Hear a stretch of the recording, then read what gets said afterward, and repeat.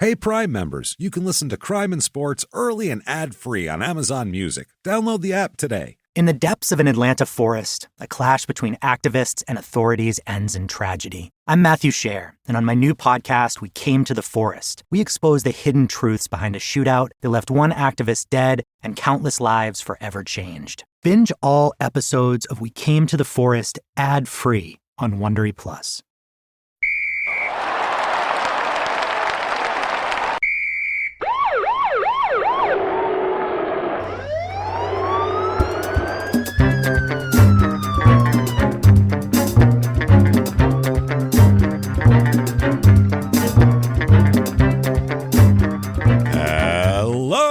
And welcome to Crime and Sports. Yay! Yay indeed, Jimmie. Yay indeed. My name is James Pietragallo. I'm here with my co-host. I am Jimmie Whisman. Thank you, folks, so much for joining us today on another crazy, wild, insane edition of Crime and Sports. We're hot lately. Hot.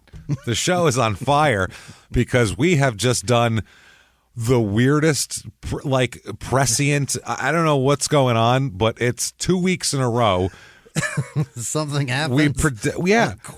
We released goes along right with the show. We released an Aqib Talib episode on a Monday, and by Saturday, he's embroiled in a fight that led to a murder that his brother, and he was the one who started. And it's been getting worse and worse as it goes. Yeah. Now he's gone from Thursday Night Football because of this whole thing, because video shows that he's the one who started the fight, of course, right. Which I said exactly when it happened. I was like, oh, he 100% started that. If he's involved in it, he fucking started it. Yeah. That's just Aqib Talib. So that's crazy. And then we do John Hopapete, whatever the fuck his name is.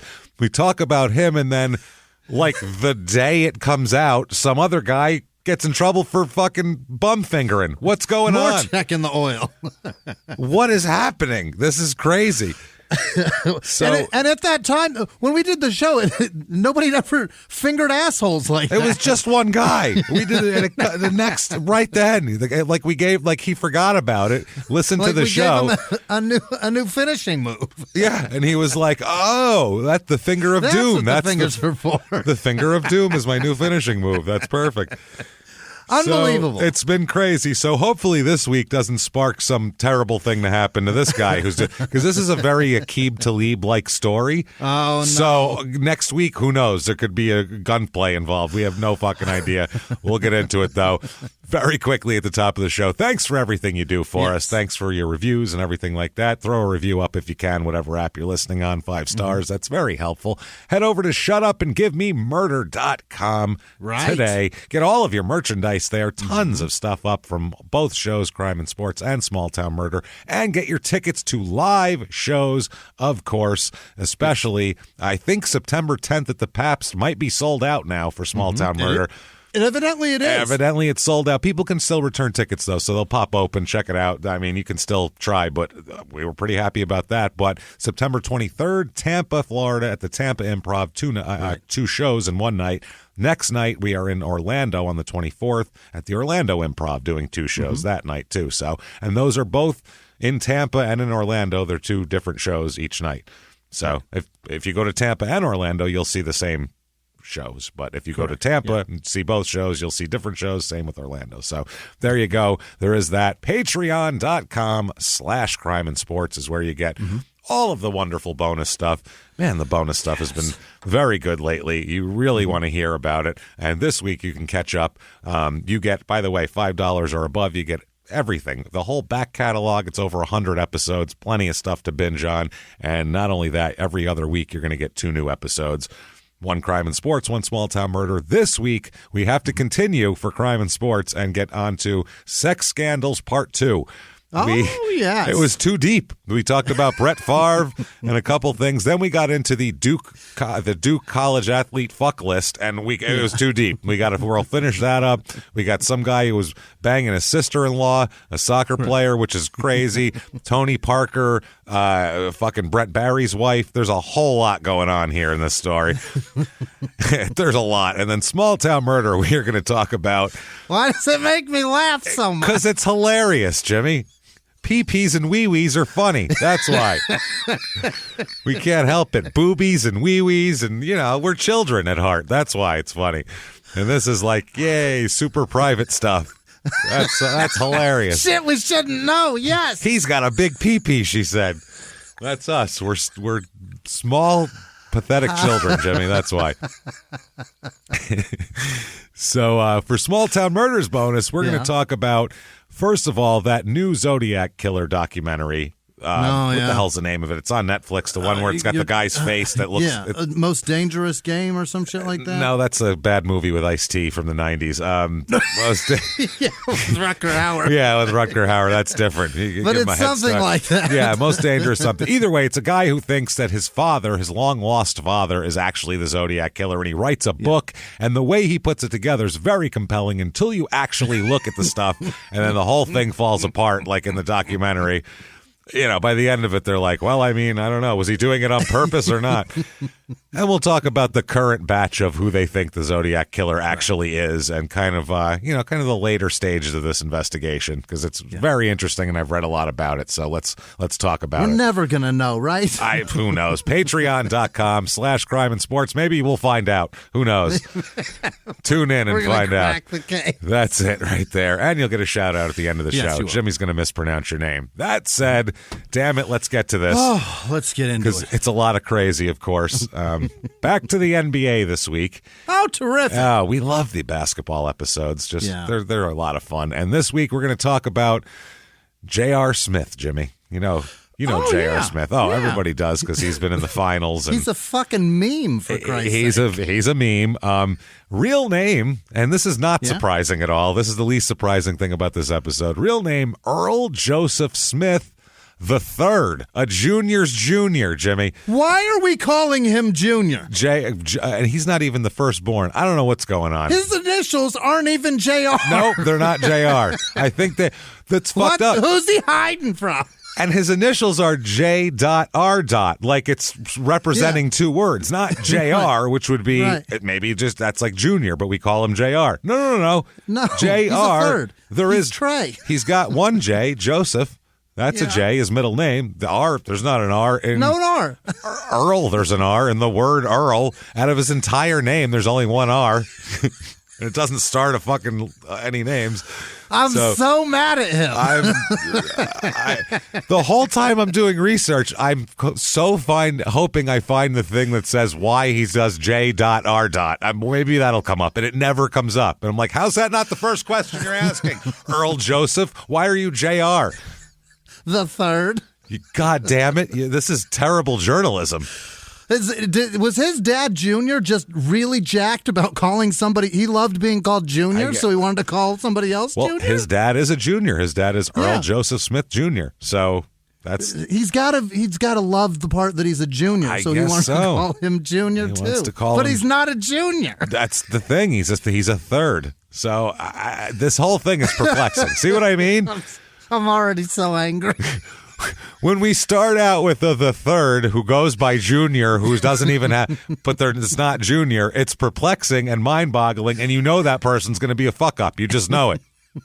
It was predetermined, predestined. You ruined this boy because he's always confused from day one. It's like Otis Nixon. He's confused from day one and doesn't understand why he's so fucking ugly. Well, that he doesn't. J.R. Smith isn't ugly, but it's not terrible looking. Otis Nixon really had a lot to ponder with that face. He had to look in the mirror and go, why this name for this face? He had to look in the mirror every day and go, why do I look 65 when I'm 23? How did this happen to me? What the fuck is going on? They named him Otis Jr. Nixon Jr. To confuse the shit out of him so that he distracts from his stupid face. Good God. He's like, why do I look just like my grandmother right now? Why do we look the same age? I'm 11. This is not right. Yet I go to bingo and they deal me in. I don't get it.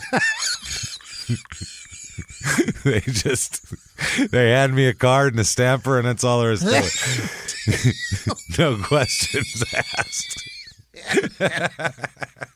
I just see a little 11-year-old. Here you go, sir.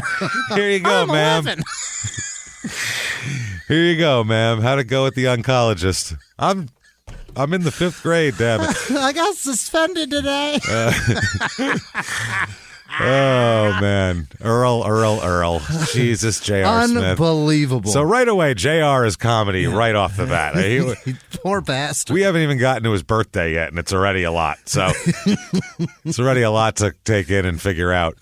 Date of birth, September 9th, 1985 is when he's born. No kidding. So, yeah, coming up on his birthday here. Happy birthday. It's my daughter's birthday. Happy birthday, Earl. My daughter's is the 7th. That's the same right. deal. He's born in Freehold, New Jersey. His parents are Earl Jr., of course, and Ida is his mom. He's got brothers as well. He's got an older brother named Kenny, who's a really good basketball player who we'll talk about. And he's got a younger brother named Chris, who's also a really good basketball player who will come up as well later on. And then he's got a younger brother named Demetrius, who plays football for Monmouth University later on as None well. of them are good enough to disappoint LeBron in the finals? No. Chris is good enough to disappoint Knicks fans, though. So that's good. Is that right? For 1 season and 2 games. No. We'll see. So Earl here, he's born in, actually, they lived in Millstone, New Jersey. He was born in Freehold. I guess where the hospital is, but he's Millstone, New Jersey is where he grew up here. His father is a mason. He owns his own masonry company. Oh. So he does that. Hard-working son of a bitch. That's tough work, man. Hard-working guy, but his father does real. We'll talk about it. His father laid the groundwork. Well, laid it. See what I mean? He smoothed it out. He really paved the way. He really paved the way. He really laid the stone path for him.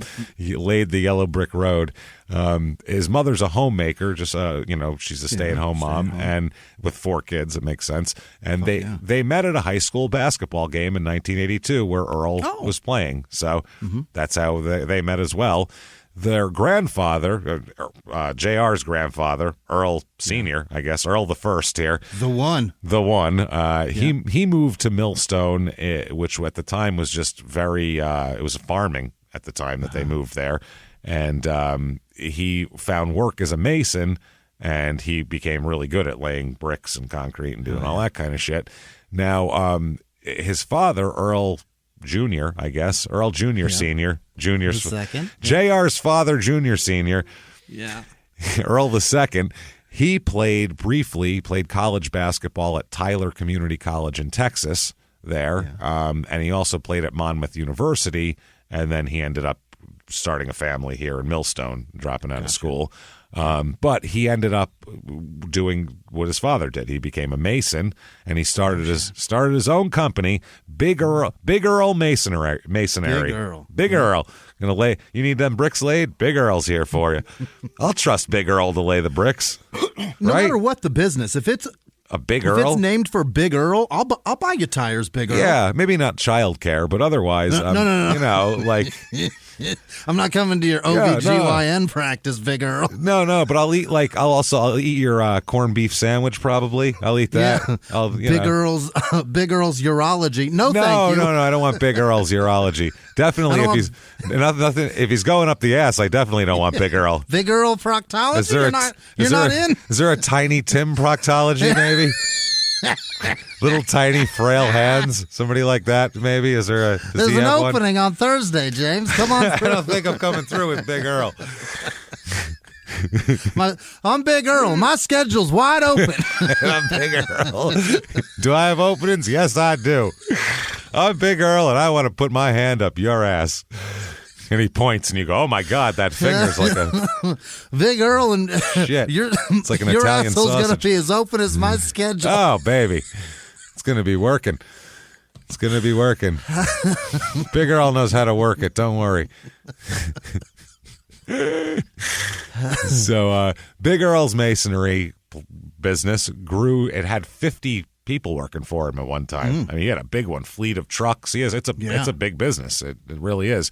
He won contracts to build a couple of Best Buy stores and Sports Authority stores. Wow. Which back then, that was remember those? Yeah, remember when they existed? When you could go buy a fucking bat somewhere? There was so much brick. Yo, everywhere, yeah. That's what I mean. The whole front of that fucking thing was brick. Everything, yeah. It was all stone. It was that big stone face. They were like QTs. Brown, like they were one of the you know, what I mean, like fucking Kentucky Fried Chicken or whatever. When it closes down and something opens, it's in its place. You know what that is. You know that was a Best Buy. Best Buy, though, for sure. You definitely know what that is. You know Wendy's because they used to have. I got news to break to you. Oh, do you remember the Best Buy at Paradise Valley Mall? Yes. Everybody's been there a million times, right? If you've lived in I was Phoenix. there. I was there in November of last year, actually. It is closed, James. Can you believe that closed? Actually, I can, because when I went there, it was very specific. I was staying in a hotel for a week with my son, and the Wi-Fi was terrible at this fucking hotel, so I needed a Verizon booster? hotspot thing, card, my own, my own internet thing. So, and I needed it for the road anyway, and I've been procrastinating buying it because I'm cheap, and I was like, you know what? This will be good for everybody. Yeah. I went there. I stood there. I'm trying to spend $200, right? And I stood there for so long. And oh my God, it hurts. I want to spend $200. I'm dying to. So I stand there for so long, and these two employees just sit there and ignore me, basically. So I finally walk over, and the one's at like a desk with a computer. It's like a see-through desk. Yeah, a little monitor. With a computer up there on it, and the other one's talking there, and I stood like in between them, and I was like, "Hi," very polite, and I was like, "How you doing?" I was just wondering if I could if you could help me with something.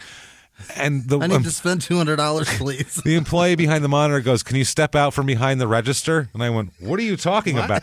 There's no register. She's sitting at a desk at a computer." I'm like, "What are you talking about? What the fuck are you talking about? Where do you need me to go to make you take this money?" And then I was like, "I want to buy one of those," and she's like. And I was like, oh, my God. And as we walked out, I told my son, I go, this is why these stores are closing. This is why. This right here. Because I'm sure there's some employees who don't suck, and that sucks that they're going to lose their jobs. But holy fuck, that's why. I'm not doing that anymore. I'm buying this shit online now. And that's what I'm talking about. I needed it that day is the only reason I went there. And then I said, never again. And I haven't been to a Best Buy since. And that's why. So good. I think Best Buy's floundering hard. I don't think they're doing well company-wide. Because that used to be one of the biggest stores. Well, yeah, when you could charge $20 for a DVD, that was going to be but now it's, why would I go there when I can just CDs and DVDs drove that company, and now it's fucking over. How'd you like to come here and spend 20% more than you need to, huh? But it's the experience. You come in, we're wearing blue shirts. Why not? Just do it. Can we ignore the shit out of you? We'll ignore you. You don't get frustrated enough buying online. You can get what you need quickly, look stuff up. We really want you to stand there and get the experience of being in a Best Buy. It takes a while. Well, it turned into like it doesn't matter. No, sorry, I sidetracked the shit That's out of us. Phoenix, very local Phoenix thing, but there's a Best Buy complaint. The front of a Best Buy, when it's that. The brick there and the design of it. So if he's doing that, that's big fucking money. That's big money. Also, they're doing senior assisted living centers and all sorts of shit, local businesses. It's a very prominent business here, doing very well. Now, right away, this is very much a Todd Marinovich situation when it comes to from the crib. It's like little JR is going to play basketball. No, there's no choice in the matter. His brother played basketball, father played basketball, and his father feels like he didn't quite have the reins tight enough with the older brother, and we'll find out what happened with Kenny. So he's going to fix all the mistakes of his life and Kenny's with young JR, and that's what he's going to do. So it was right away. He had he had no monitor. They set up little Tykes basketball hoops around his thing, so all he saw was basketballs from the very beginning. Yeah, which I mean, a newborn isn't going to shoot any hoops. Their outside game is weak. Yeah, that's not doing anything for no handles at that age. None. He's trying to do some subliminal messages for the kid early. That's what it is. The mother Ida, she said, I thought it was all right. She said, I thought Earl knew what he was doing. He had a plan. So she said, it must all work out in the end here. She said, so they said before, like basketball next to him in the crib from a newborn. Yeah. Just here's a full-size NBA basketball that you can't possibly do anything with. But there's no way you can do a thing with this. Earl said, quote, from the moment I saw JR, before I even laid eyes on the boy, I knew he'd be something special. Why? Because I was going to force him to be, no matter what. That's what I want. Thank fuck for Earl. JR ended up being 6'6", or else he would have been really disappointed. Wow. If Earl was 5, he's 6'6", JR. Wow. It's a great height for a ball player. Yeah. I mean, there's a lot of versatility there. If he was 5'9", he would have really had whoops the daisy. A tougher road to hoe here. It wouldn't have been as easy. So Earl said, he doesn't even care. He knows you're thinking he's an overbearing kind of stage dad type, and he said, "That's right, goddammit." He said he resigned himself to being that sports parent, an obsessive one, and he didn't care. He said, quote, "I don't care what other people say. I'm going to do whatever I can to help my son make his dreams come true." His dreams come true. Yeah. That he had before he was born. He's had these dreams a long time. That he had since he stopped playing college at Tyler. I mean, since he's a baby. Yeah. He said, "I'll be the bad guy if I have to. I'll be the bad guy for my son." Mm-hmm. So, yeah. And even JR said, quote, "My dad always tells me I was born with a basketball in my hand." And he said that he was really teaching him when he was 5. He was really teaching him plays and, the intricacies of the game at 5. Really? That's when he was really showing him what's up. He said when he was 5, he was already so big that he had to play with the 7-year-olds. And Earl said, and they wouldn't let him play because they were worried he'd get hurt. So I had to write that he was 7. So he'd just say, "Yeah, no, he's 7," and nobody would question it. So he said he taught him pick and rolls and shit like that at like 5, 6, 7 years old. He's teaching him pick and roll. He said, quote, "I taught him at 5 years old. He comprehended at 6 and mastered it at 8. Oh, my God. I don't believe that for a second. He's John Stockton fucking pick and rolling with Malone at 8. Yeah. That's mastered it here. He says that one day, he had a bit of a problem here. He was a little pissed off. He said that one day, Earl Sr., Jr., noticed that Chris and JR had shitloads of candy. Oh. All this candy on him. So where the fuck did you two get candy? I didn't give you any goddamn money. Where are you getting money from? Even little shits. He got him to admit it, and he had to take him. He took him back to the store and made him give all the candy back. Really? Oh, that's so embarrassing. And made him do all that shit, and got him in big time trouble. Earl took no shit from these kids. I mean, if they acted up in the house, fucking video games got taken away, put in the closet for a month. It was like, they're not fucking around with these kids. But he's also a rich kid. Earl talks about making his first $1 million when JR was a little kid. So what? Yeah, he grew up very comfortable and it was just like Dad had $1 million. Oh yeah, no, they were doing real well, real fucking well.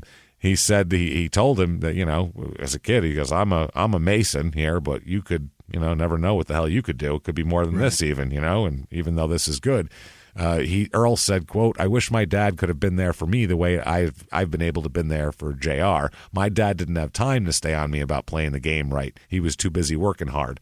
Yeah. So, yeah, because his dad didn't own his own business. He was an employee. Right. This guy has 50 people working for him. So he can say on Saturday, "I don't go to that job. I go to my kids' basketball practice instead." Right. And I have people doing that job for me making less than that job pays. Exactly. Therefore, I can make money for sitting and teaching my son a pick and roll when he's 7. So is this good for a kid, by the way?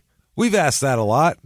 Is that good? It's a common question. Is that all right? Should you give your kids, kidney gummies when they're a baby in the crib, like Todd Marinovich's dad? Should you teach them the pick and roll at 5 and make sure they master it by 7? Is that necessary? Oftentimes, letting them go their own way and find their path works better. See, that's the thing. And so I found some articles from some doctors about this, pediatricians and pediatric psychology people, and they're talking about how this works. Here's a guy named Thomas Rowland. He's an American Academy of Pediatrics committee guy who released a study, this was in the late 90s, on the dangers of setting out to raise a sports star. He released a study about that. And basically, they're concerned about intensive sports play that begins at age 5 or before. Right. Like that's a little too, like that's almost your anything you do, make a kid start doing before 5. They don't even remember starting to do it. So it's just like a habit that you do. You know what I mean? Always. So it's kind of, you're forcing. That's a force at that point. They never had a choice in the matter is what they're saying. So they're saying, and at that point, if, you begin that at age 5 and it becomes where their whole life is oriented to is only to the sports and towards success and victory, they said, that's not the greatest thing in the world. It just isn't. They said, quote, if it's in the kid's best interests, I'm all for it, is what the doctor says. But when you've got prep schools involved and sneaker companies hanging around, you don't know what's going to go into things. So Yeah, then it becomes unhealthy for a kid to have all these weird pressures at 15 years old. Right.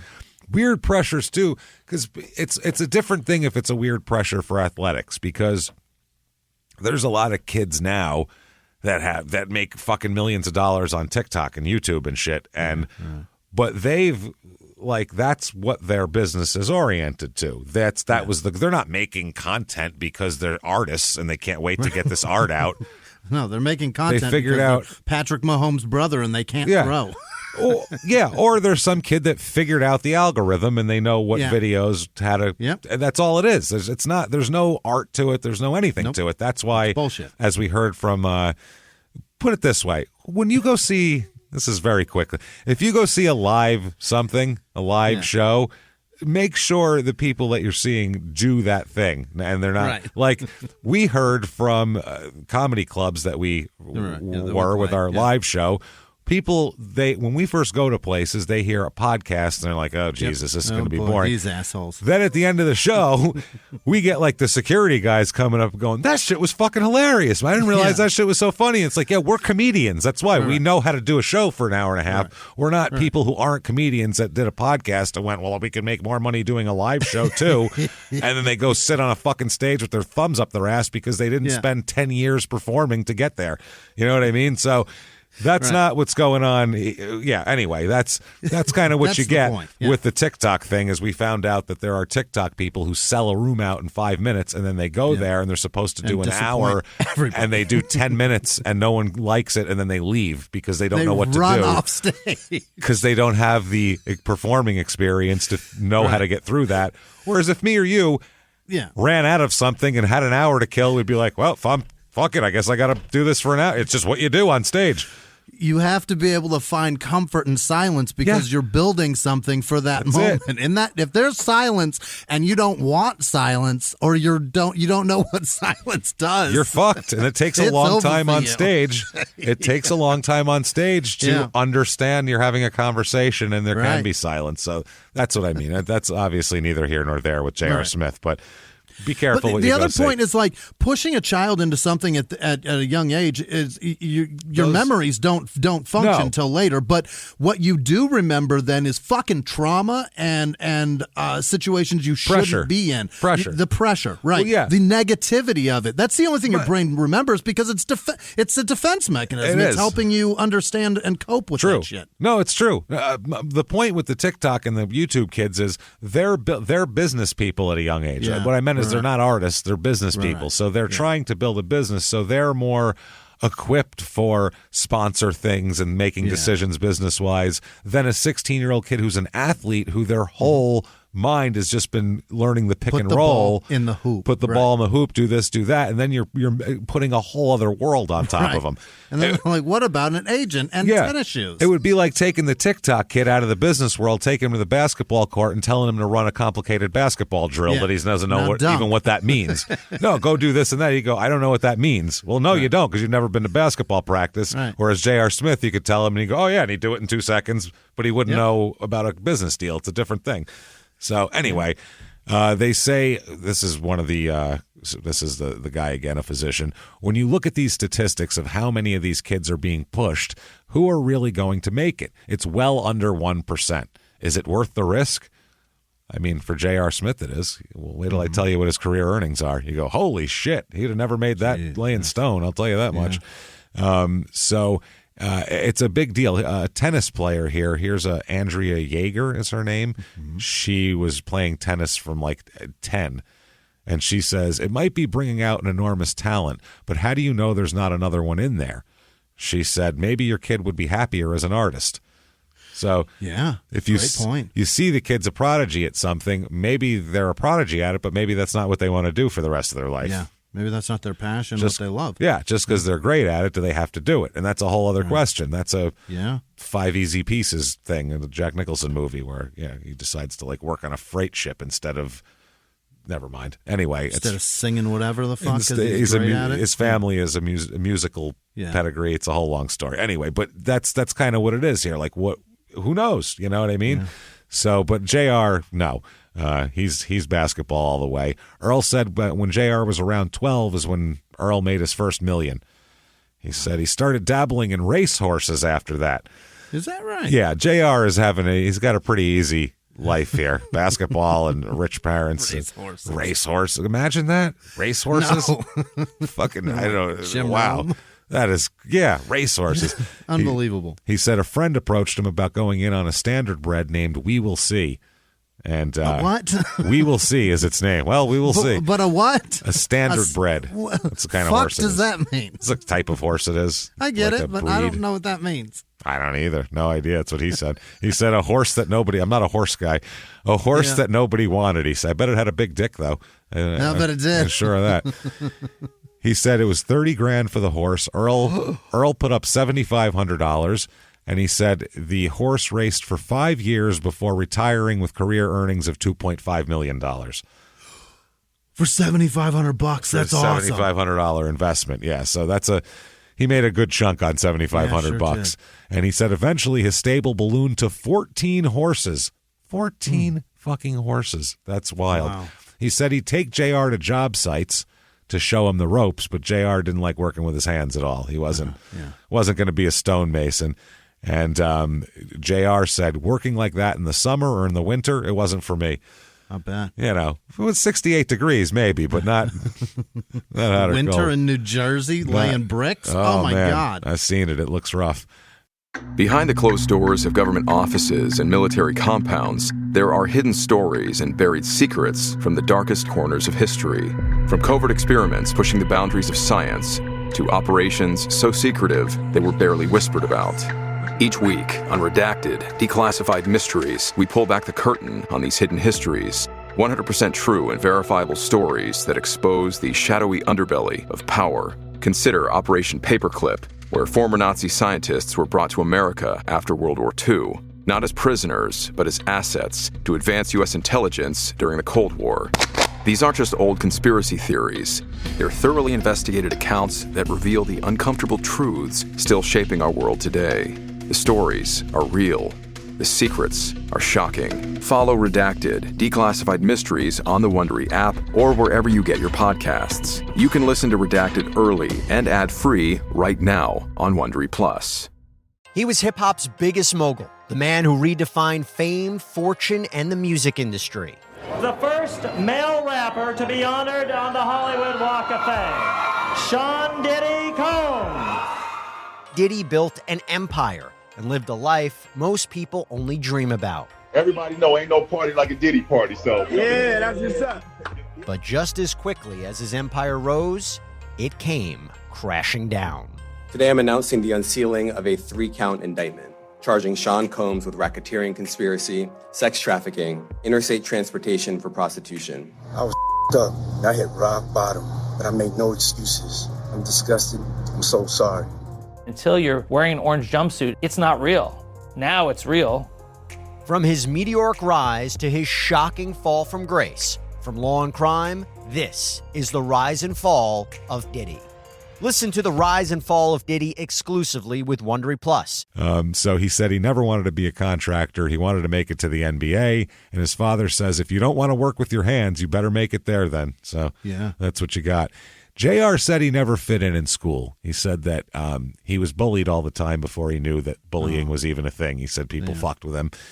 He said in the 5th grade, he got assigned to a special education math class.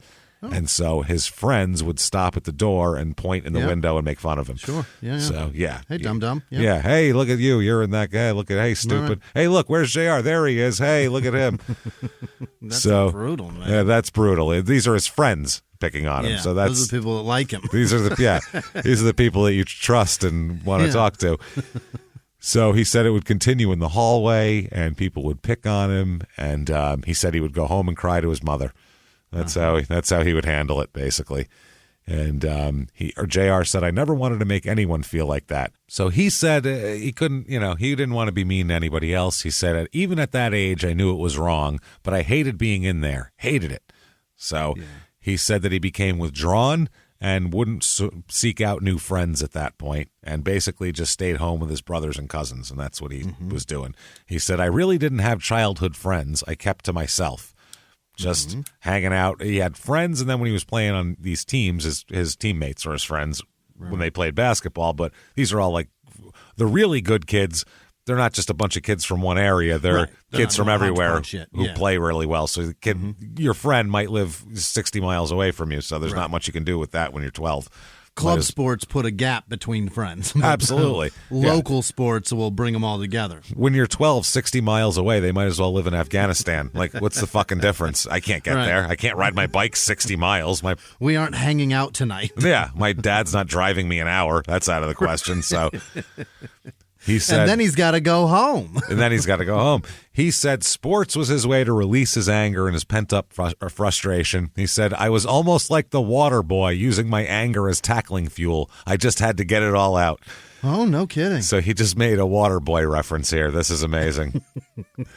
The Waterboy of fucking three-pointers over here. The dunking Waterboy. Yeah, medulla oblongata. Watch this dribble. I just pictured Sandler dunking with that fucking, with the vest on and everything. Throwing aside his water and just throwing down, because J.R. Smith can dunk like a motherfucker. Right. He's getting his hips above the rim. Oh, man. It's his head's even with that shit.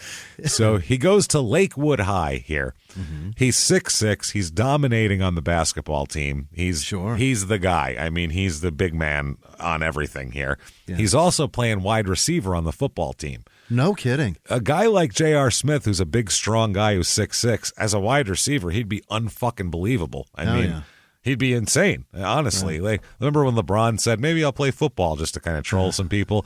If he started playing football, imagine the tight end that guy would be. Oh, yeah. Fucking 6'8", 260, jumping. He would be dominant. Jeez, who the fuck's covering him? Who is covering that guy? And then he'd whine about every tackle.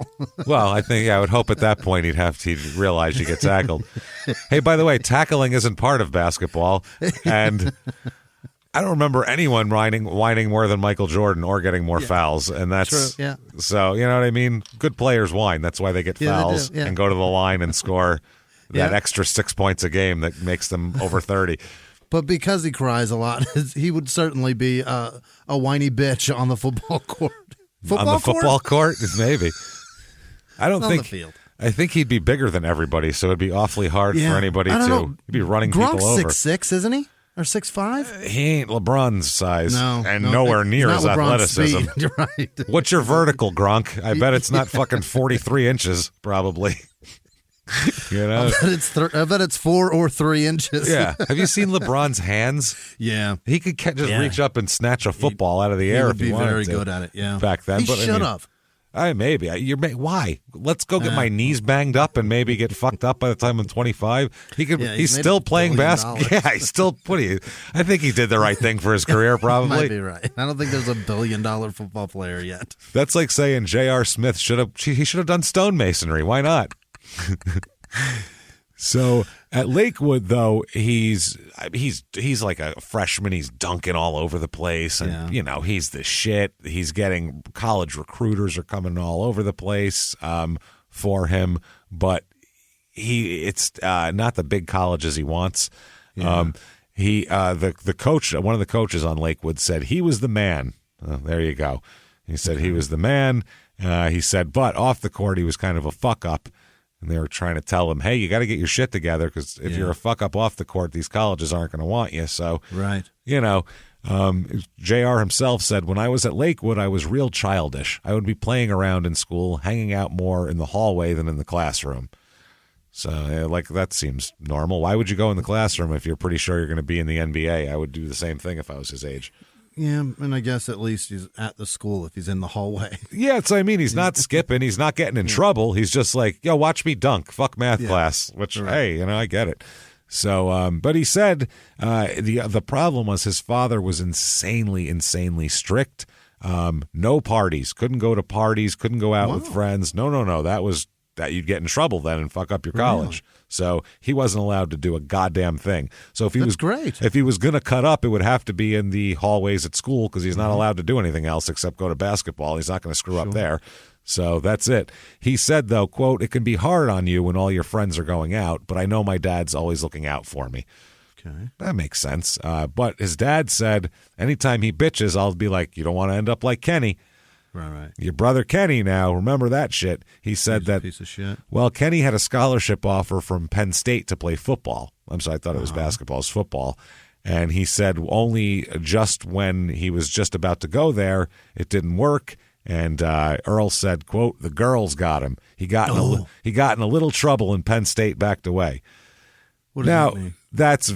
That could mean vague, he got charged with rape, and so Penn State backed away. That's what I saw in my head. Yeah. The girls got him in trouble. No, he got himself in trouble. Yeah, that's everything from, Joe Paterno's daughter thought he was a little too cute to he raped a girl and got arrested for it, and then Penn State was like, yeesh, we got our own problems in the future.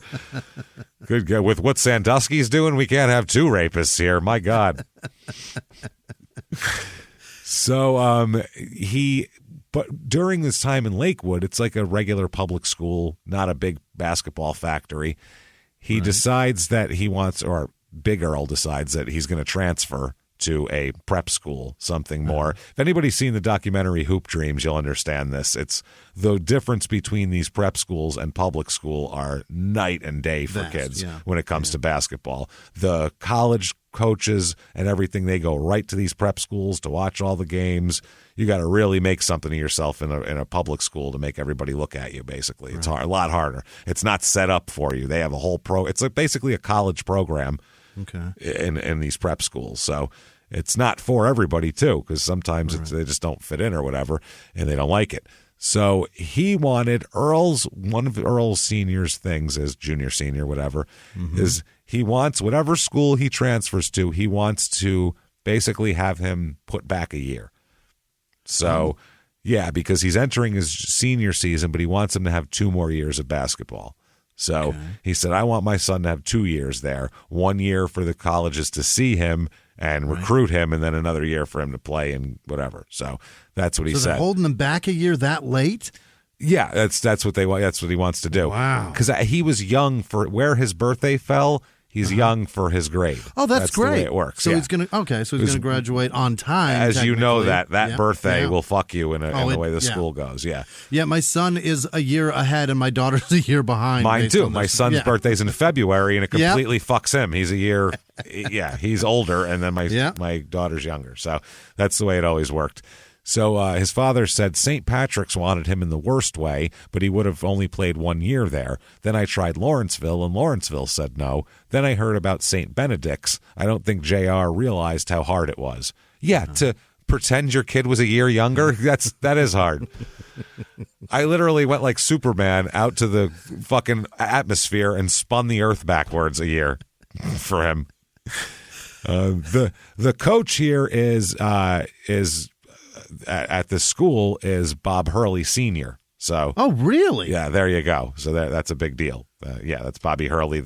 He was a Duke ball. That's his dad. Yeah. So his dad was known as a really good high school coach. I didn't know that. This is where Bobby Hurley's from. This school. Yeah.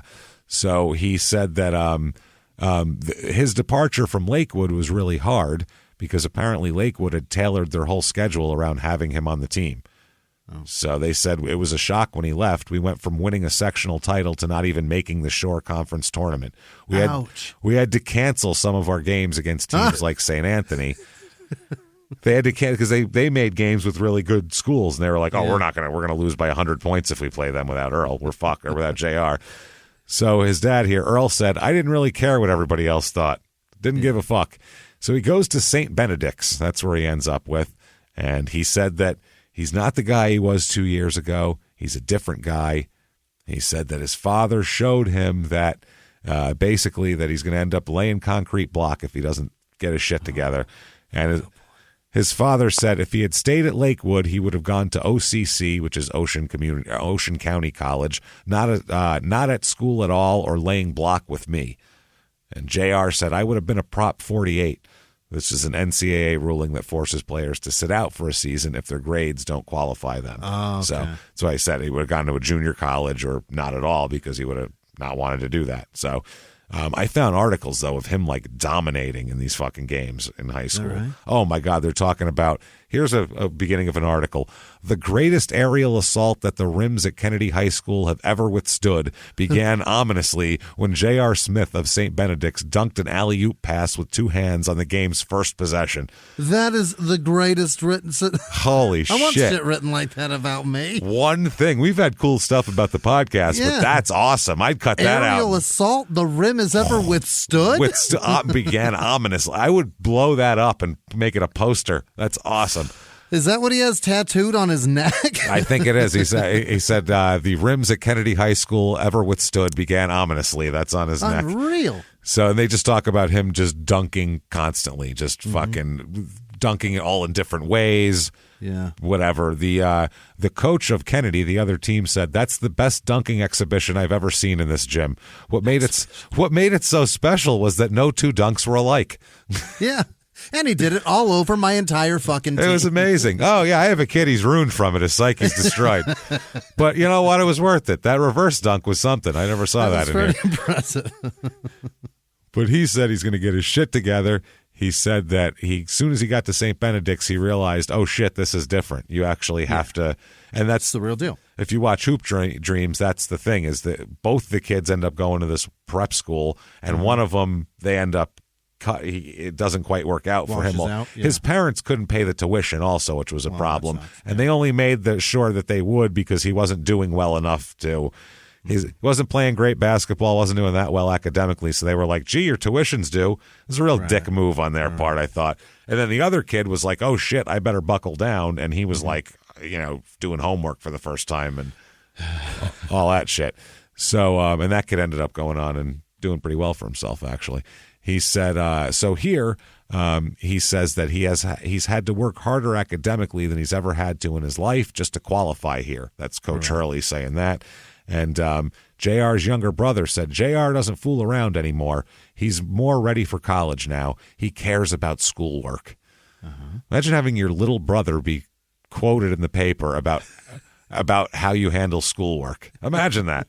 How's your brother handle schoolwork? The fuck? You work for a newspaper. What are you asking me that for? Who cares?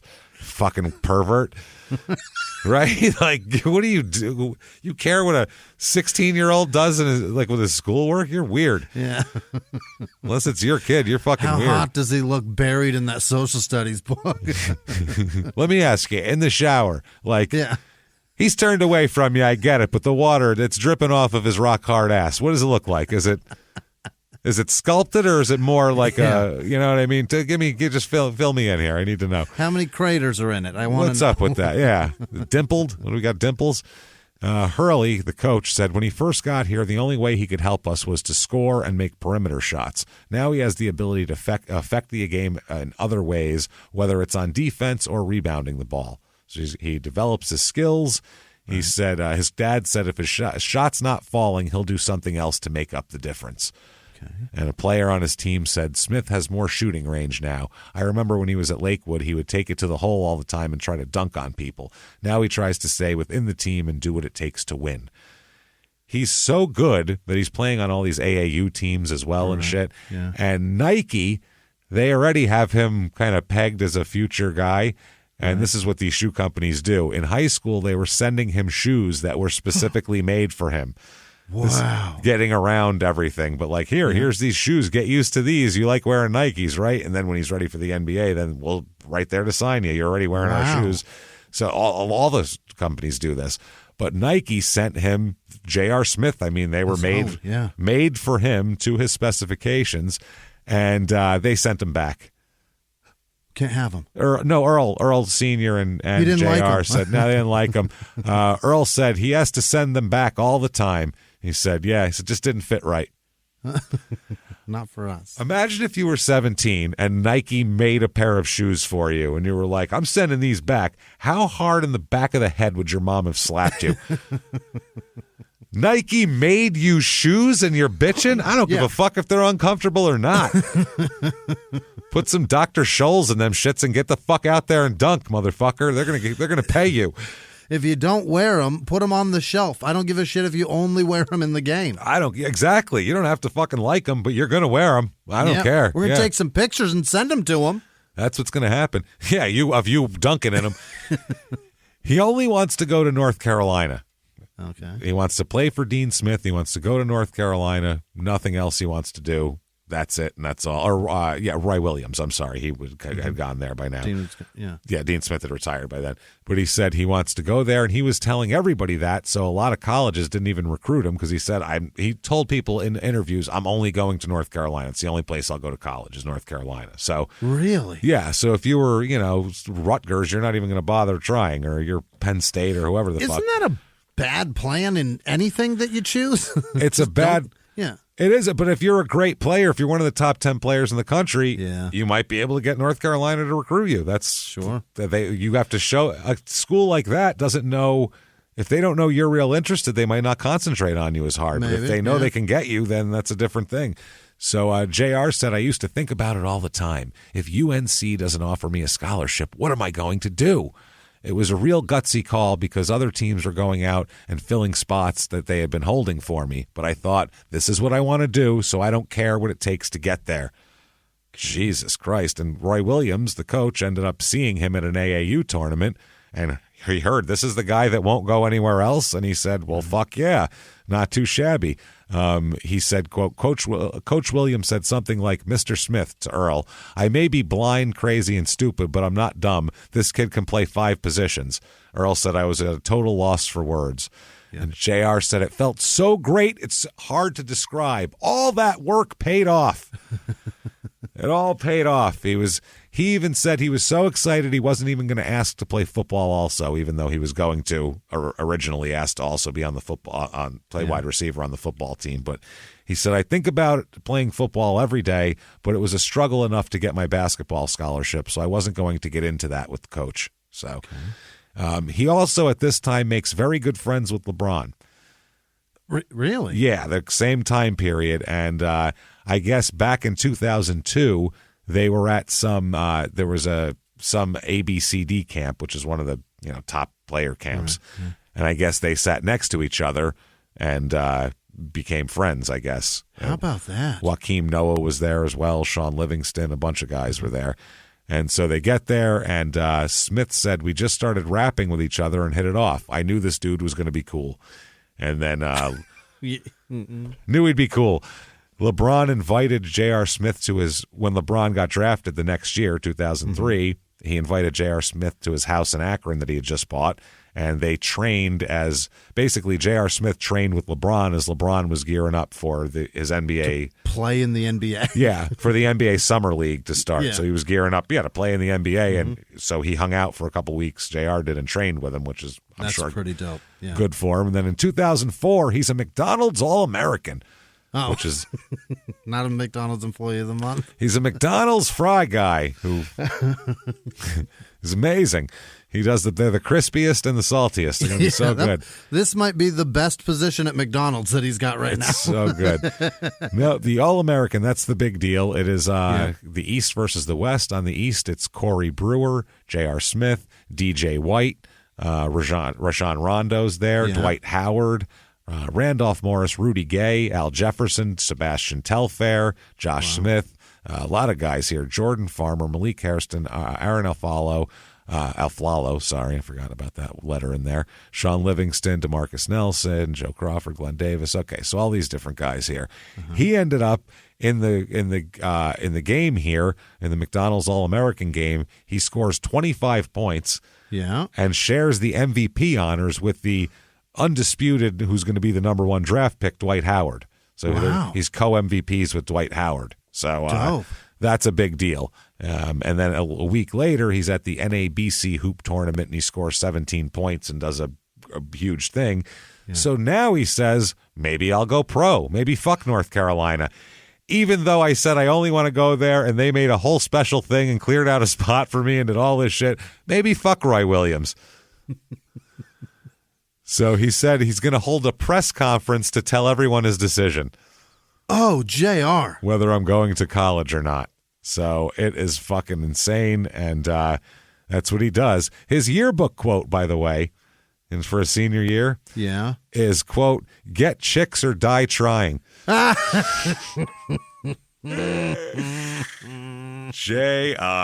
That is... You better be careful, because you You might die trying. Oh, he's a character, boy. We're going to get into it now. Now, experts like his chances. One NBA draft guy, Chris Monter, he said he's a big-time athlete with very deep NBA range. The knocks on him are putting it on the floor and developing that mid-range game. His stock has really moved up, and it's not a strong draft at shooting guard. People will look at his athleticism. He definitely has the athletic ability to make it. He said he's listed at 6'5" at that point, but he said that's absolutely legit. He's not like 6'4", saying he's 6'5". So the 6'6" is probably his listing. That's a stretch, yeah. But he's a legit 6'5". He said usually the other guys that have gone are a little taller, that the high school guys, Kevin Garnett, Jermaine O'Neal, Tracy McGrady, but right. Kobe's only a little bit taller than that, so fuck it. Maybe it can work. They said basically what he needs to do is work on expanding his game and becoming more versatile. So himself, JR, says that he's been told that he could probably be taken in the top 15.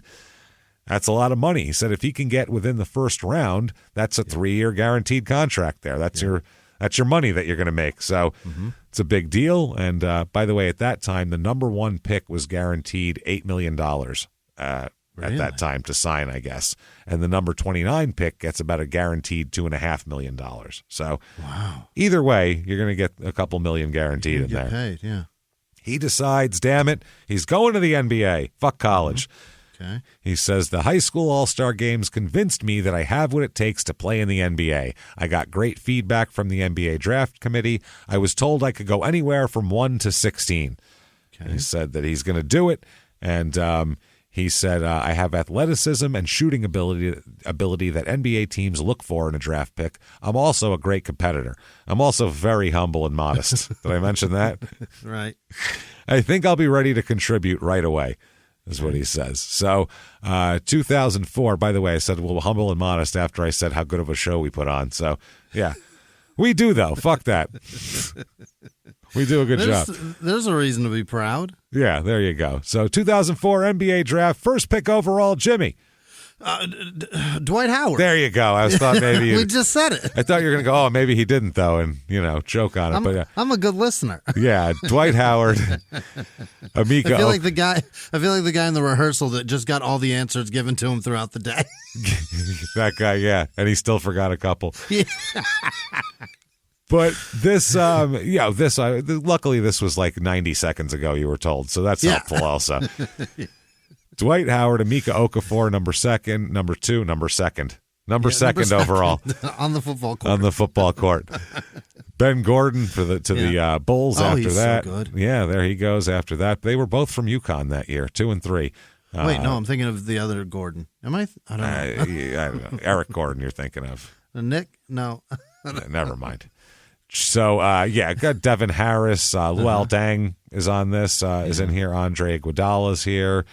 Sebastian Telfair, who we've talked about plenty. Chris Humphreys and his Kardashian Marion ass there. Al Jefferson, Kirk Snyder. Number 18 overall. Is that right? The New Orleans Hornets decide we're going with J.R. Smith, baby. Oh, yeah, they do. Unbelievable. So they take him. He goes to New Orleans for 2004 and 5. His family comes with him. Really? Oh, yeah. Which he's like 18 years old, so he's young. But Earl, Ida, and the youngest brother, Demetrius, all moved into a new 6-bedroom home in the English Turn Golf community in suburban New Orleans. And, Chris Paul stayed with them, by the way, while he was looking for a place when he came the next year. He stayed with the family. So they said Dad monitored JR's finances. Yeah. It was like he lived at home still. He lived with them, and Dad monitored the finances. He wasn't... in 2004, that place is about to get destroyed. Yep. We'll certainly talk about all of that shit. So he said that early in the preseason, J.R. Smith's dad drove him to practice and walked into the gym with him. Yeah. And Earl, his father, said that people said, quote, "What are you doing here?" And he said that he was helping his son acclimate to the new environment. And Earl said, "I didn't care if I had to sit in the car, but the idea of me being there was unacceptable to them." Yeah. Because he's a professional athlete now, and he's at his job. He's at work. They said, "Do you work here?" "No, what the fuck are you doing here?" You don't work here. Yeah. Did you go to orientation? Why are you here? Imagine if I took my fucking dad up on stage with us at a show. I think the audience would think that's weird. Hey, Jim, how are you? Who's he? He's just sitting in a chair, no microphone or anything. No, he doesn't work here. He's just hanging out. Pops a koozie out of his back pocket. Yeah. Gets real comfortable. Puts a beer in it. He's just like, I'll just be up here. Don't worry about it. So that'd be strange, I think. Yeah. People would probably look at me weird. So he said, though, the whole thing took a toll on him, is what he said. He said, quote, "It took a toll on me." This is JR.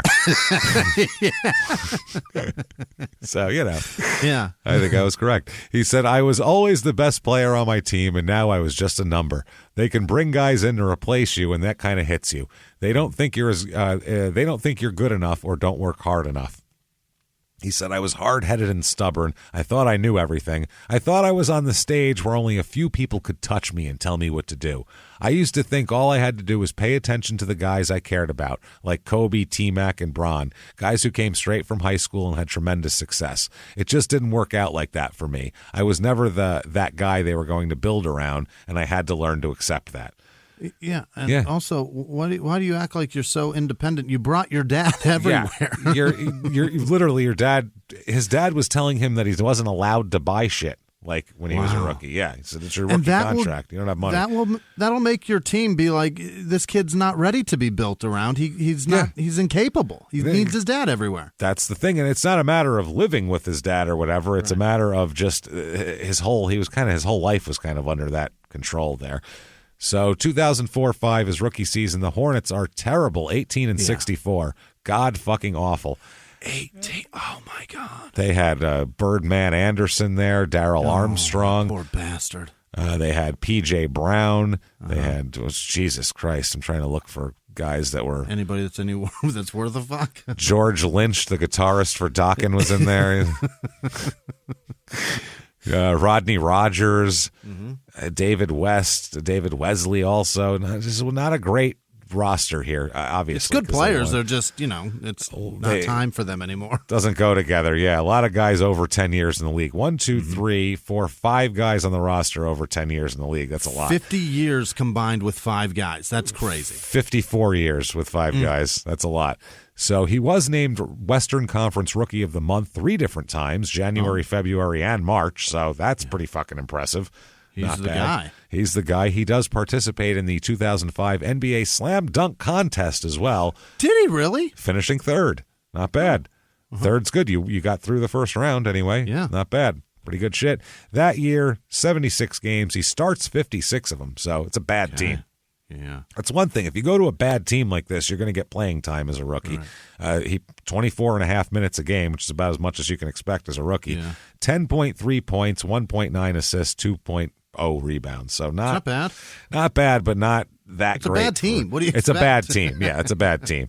So he makes $1 million. And he plays shooting guard, right? Yeah, he plays it too. Yeah. He plays $1 million he makes one. He doesn't pay. He makes $1,206,600. So it's not too shabby for an 18-year-old kid. 19 at the end of the year.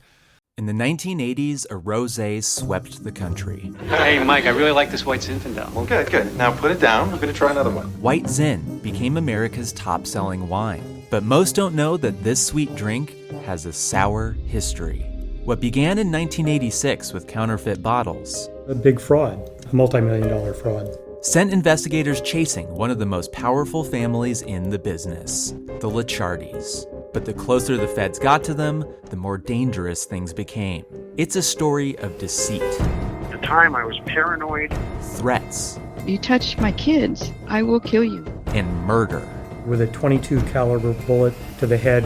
What started with a scheme to mislabel wine spilled into a blood-soaked battle for succession. Welcome to Bloodvines. You can binge listen to Bloodvines exclusively and ad-free on Wondery Plus. Join Wondery Plus in the Wondery app, Apple Podcasts, or Spotify. In the 1980s, a rosé swept the country. Hey, Mike, I really like this White Zinfandel. Well, good. Now put it down. We're going to try another one. White Zin became America's top-selling wine. But most don't know that this sweet drink has a sour history. What began in 1986 with counterfeit bottles. A big fraud, a multi-million-dollar fraud. sent investigators chasing one of the most powerful families in the business, the Licciardis. But the closer the feds got to them, the more dangerous things became. It's a story of deceit. At the time, I was paranoid. Threats. You touch my kids, I will kill you. And murder. With a .22 caliber bullet to the head. What started with a scheme to mislabel wine spilled into a blood-soaked battle for succession. Welcome to Bloodvines. You can binge listen to Bloodvines exclusively and ad-free on Wondery Plus. Join Wondery Plus in the Wondery app, Apple Podcasts, or Spotify. So decent rookie year. It's pretty good. Not he has bad at 3 all. good Yeah. months. Not bad. I mean, promising. It's a mid-first round draft pick. It's not like they had a lottery pick. So if you got a guy who can contribute in the first year out of a non-lottery pick, you fucking win. decent. That's not bad. 2005 and 6 Hornets. They talk about a tough situation for a team. This is Hurricane Katrina time. So basically their arena is fucked and it's damaged and destroyed. So they end up playing their season in Oklahoma City. Oh, my God. Is that right? Yeah, this year they're the New Orleans/Oklahoma City Hornets. So this is a mess is what this is. They played all home games away. They had to. Yeah, there's no choice in the matter. Before the commencement of training camp is when Katrina came, so they couldn't play down there. Yeah, it was the off season even. But somehow they had like sellout crowds there all the time in Oklahoma City. People came and supported them. There was a lot of pity for anybody. The Saints, the Hornets, Yeah. everything that was New Orleans involved had an insane amount of support given to it. They were probably getting some discount tickets too, I would imagine. You know, you would expect so. Yeah, I know there was a lot of displaced New Orleans people in this area as well. So is that maybe right? that helped too. Yeah, that people moved up there. So 38-44 they go this year. So they gained 20 wins from last year. That's great. It might just be that it doesn't smell like Pirates of the Caribbean here. Yeah, maybe that's what it is. It's not so humid, so they're happy. Yeah. So they also get Chris Paul this year, so that's pretty good. And, doing pretty well here. And they do everything. Chris Anderson, Birdman, gets a 2-year suspension this year, though, for drugs. So that's a problem. Really? Yeah. This is his 2-year suspension time. It's just weed, I think, after a while. Was it weed or something else? Right?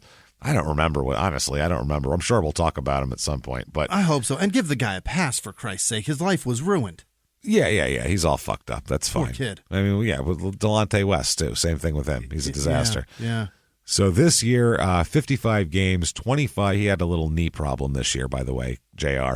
25 games started, 18 minutes a game, 7.7 points, and 1.1 assists, and only 2 rebounds, too. So, oh, God. Feels like his career's dropping already and going away. Not great. Year 2, he's going to quit.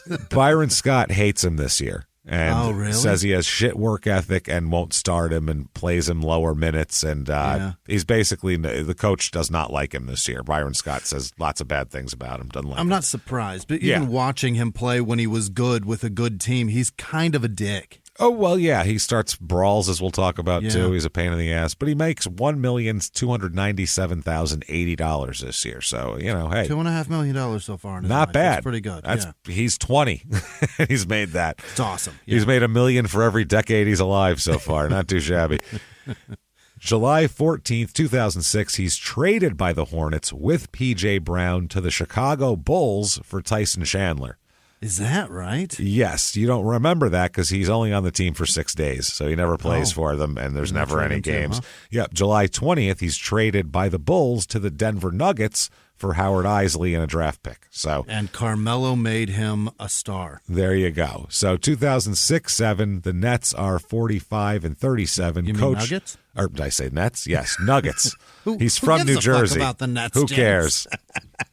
He's from New Jersey. The Nets are on my mind. So 45-37. George Karl is the coach. George Karl, by the way, hates him as well. Yeah. He, even in George Karl's book, he went out of his way to say how much he did not like J.R. Smith and he doesn't like him and everything else. And J.R. Smith won't speak George Karl's name because he hates him. So he hates him that much. He says a coach that I used to have whose name I won't say. It's that when he said, if you ever hear him say that means George Karl. That's his code for George Karl. The man put up with Sean Kemp and Peyton. Fucking how do you hates him? Piss him off so much? Fucking hates him. Wow. This year they have Carmelo Anthony on this team, Earl Boykins, Marcus Camby on the squad. This was a fun squad. Allen Iverson on this squad as well. Fuck, Iverson was good, man. Iverson's going to probably be our next basketball episode. Yeah. And I just love Allen Iverson. He's one of those where a lot of it's going to be like, yeah, but fuck, man, look at him. He's awesome. Who gives a fuck what he does? He's right? bringing eyes to the team. Who God cares? damn it. Remember Kobe said, thank God he's not 6'5". We should the whole league should thank God he's not 6'5", is what he said. Because he'd be a monster at 6'5". Yeah. He's tiny. Anyway, this team goes to the playoffs. Yeah, it does. They lose to the Spurs in 5, but the Spurs were doing pretty well at that point. So for JR, not too shabby. He gets on the team anyway. We're going to go ahead and say grace here, getting to Denver. Right? Getting to Denver, hooking up with a Carmelo Anthony. He needs a Batman. Yeah. He's a Robin. Yeah. He's a Robin, and he needs a Batman. And he has his LeBron Batman later, and Carmelo Anthony is his Batman for a little while, but he likes being kind of a second fiddle. That's kind of his game, which is a smart position to play, honestly. Oh, my God. It's the greatest. It's not a bad position for this guy, because if you got a guy like LeBron, or, I mean, fuck it. Yeah, what do you want me to do? Great. Yeah, I'll go over here. We're going to win championships? Cool. Awesome.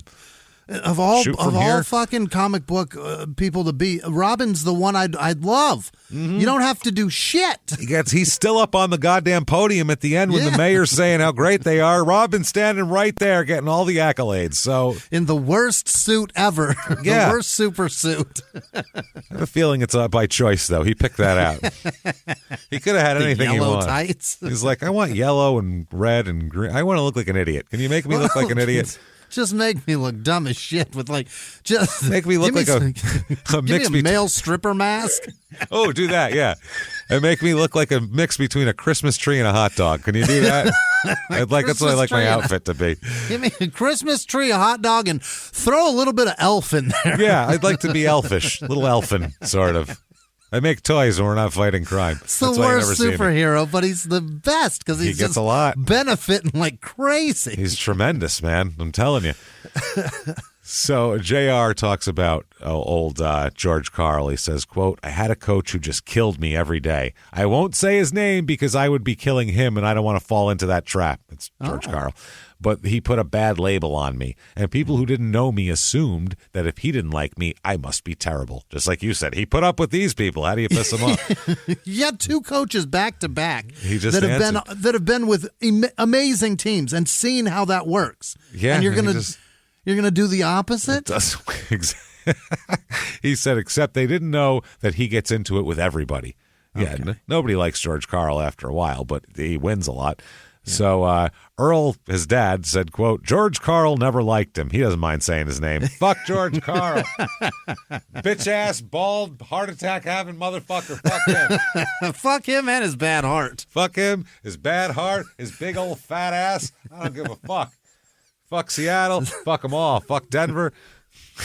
All that money, no hair, you dumb fuck. That's right. By the way, later on, he's talking, I'll just say the quote now. He's talking to LeBron saying that basically there's a reporter saying how they break each other's balls and laugh and cut each other up and shit. And LeBron said at one point, JR said something about his hair. Now you got hair and now you think you're like this. Yeah. And LeBron said, I'm too rich to be bald, which I thought was a really funny fucking But comment. We all know LeBron is not fooling anybody. There's hair up here, though. Look at it. That's the way he looks at it. Check it out. Fucking hair. Should there be hair? That's another conversation. You didn't ask me that. You said, is there hair? Hair. The crazy part is that with all that, $1 billion fucking dollars, that's the hair he got. That's crazy. That's what you're getting. Well, you can't have it like all the way down your forehead, so it looks like you're trying to. We know it was receding some, so you got to have it be like it's kind of even it out, bring it forward, sculpt it. I don't know how do you decide. Not good.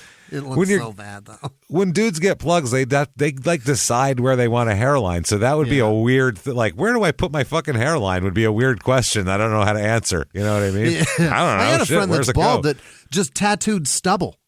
He's smooth fucking head, James. it's just a little graying up there. That it looks great. It looks terrific. Oh my God! Until some lady rubs your head and she's like, "Oh God, what the fuck? There's no stubble actually till the back." Stubble, yeah, why is your stubble so smooth? The smoothest stubble going. You're like a peach. It looks great. Oh my God, that's hilarious. So maybe George Karl should have done that. He should have. So Earl, his dad told him, I told him to shoot the ball no matter what because Carl's going to take your ass out anyway. Okay. Disobey your coach. That'll help. Chauncey Billups is kind of his mentor also because Chauncey Billups has been around a long time and he's known as like a very mature kind of cat, except when they beat up that stripper with Gary Payton. Right. We'll talk about that on Sex Scandals Part 2 on Patreon this week, actually. So it happened. Great dude, except for when he throws blows on on strippers. That was like 23 years earlier or something. Okay. Or no, 23. It was 13 years earlier from when we're talking about now. So it was a long time ago.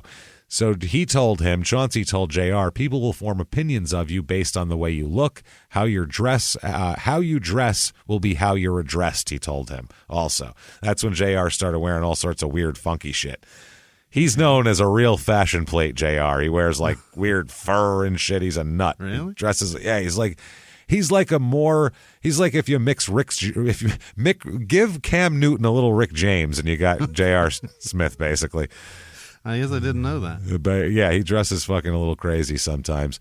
So Billups would later on say about him, quote, JR is a beautiful kid. He comes from a great family and a loving home. He's a sweetheart of a kid. I'm proud of what he's done and who he's become. He deserves everything. Clarence has real nice parents. Clarence has real nice parents, exactly. So December 16th, 2006 is when he starts a big brawl, basically. Yeah. Starts a big brawl that causes him to get a 10-game suspension. Playing for the Nuggets? Playing for the Nuggets, yeah. 10-game suspension. It's in Madison Square Garden. It's a fucking, it's a melee. It's a kind of a, like the one at the Palace is different because you always hear about that because fans were involved in that brawl. But ones on the court, they kind of go away when the next brawl comes on the court. So who'd he fight? It wasn't just him. It was all sorts of people. It was Everybody just a melee. Yeah, a lot of people got suspended. It was a fucking disaster. Why does that always happen with the Knicks, man? It's the way it is. That's the fans like it. That's why we like it. Because this 90s, game sucks. Let's fight. In the 90s, it was fuck that. I don't know why that is. And I think teams seem to get basketball teams, baseball teams especially do this, and football teams do it too. But baseball teams, they seem to get players that fit the personality of the area. You know what I mean? Like San Francisco and Seattle and LA have always had more Asian players than anybody else. That's where all the fucking Asian people are. So they always have a lot of Japanese players. It seems like that's you know what I'm saying? Whereas the Yankees always end up with like a lot of Dominicans and like people like 3 Italian guys, like people that aren't as much in the, you know what I mean? They like represent the city itself. More actual black guys because it's like 8% black guys in the league now. So like more, it seems like Pittsburgh they represent. has people that look like steel workers. Yeah, they look a lot of white guys, and you know Milwaukee will try to stock up on some white guys, and so it seems like I don't know, not all the time, obviously, but they seem to do that. Basketball kind of, I guess, maybe, I don't know, has that personality too, where like the personality of your city. People that are willing to throw some fists. Yeah. Who fits into New York? Anthony Mason, Charles Oakley, Xavier McDaniel, Patrick Ewing. These are all John Starks, even an underdog guy who, you know, likes to fight people. It's just, you know, Greg Anthony, all these different guys. It's kind of how it was. So fascinating. But everybody blames this on JR. This is he's from fucking Jersey, close enough. Yeah, that's what I mean. It's his style, and that's playground style too. Is you know, it's just a harder, more, you know, hard-edged version of basketball. It's different. So February 7th, 2007, he's in a car accident. Oh no! Apparently, J.R. Smith it's him and Carmelo Anthony are together. JR is driving one of Carmelo Anthony's cars with Carmelo in the passenger seat for some reason. It's a badass car, I guarantee it. Yeah, it is. Yeah, you want to drive it? Cool, man. It's probably a Rolls or something. So I remember that Cribs. He had sick cars. Carmelo Anthony had it all, man. Carmelo's made a shitload of money, but he spent a giant chunk of it on rad shit. On awesome shit. it. Absolutely. He keeps making money, though, so it doesn't matter. And he still has all this awesome shit. So who wins? Carmelo. If you make $300 million, you can piss a lot of money away. It's not like back in the day. 120 pissed away ain't so bad. No, back in the day, guys would make, $18 million for their whole career. And they're like, how'd you piss that away? It's like, I bought a house and 3 cars and got a divorce, so it's all gone now. That's how it would work. Whereas $300 million, it's a lot harder to piss that away. Yeah. You could have a drug problem and be fine, It's for quite some time. It's still quite some time and be doing snorting coke off the little tray on a private plane. That's what that you're a doing. Flight attendant served you. That's right. Here you are, sir. Your cocaine. So this accident, he's driving. By the way, he has just a goddamn. He drives like shit. Let's just put it that way. He drives like shit. Yeah. This is on the way to practice. They both miss a game with small injuries. They find out that between 2005 and 2007, he'd gotten 28 points on his license from tickets. What? 28 points on his license. Had his license suspended multiple times in this 2 years. He scored more points on his license than he did in a season. And I don't know if he has had a 28-point game, but he certainly... I was just going to say, 28 points. I don't know if he's had a whole game, but 28 points on his license, including 4 speeding tickets over that period of time in 2 years. Yeah, and other you can't shit get too. those out. Yeah, you can only take class once in 2 years. That's it. So he gets his license suspended and reinstated a couple of times, and it's really, he's a bad driver. He's not careful and drives very fast, so keep that in mind. This year, though, he plays 63 games, starts 24 of them, 23.3 minutes a game, so still not getting the whole, playing half the game. 13 points a game, though, his best scoring season so far, 1.4 assists, 2.3 rebounds, so everything's up. All his points are up at this point. That's good. You like that. His money's up, too, $1,387,560. Okay. 21 years old. Unbelievable. Fucking A, how great would you feel? Life so is ahead. Life is your oyster. Everything. Oh my! How would you just? You drive everywhere with the sunroof open, even if it was raining, and just be like, "Oh, I'm so wonderful. Life is great. Hey, how you doing?"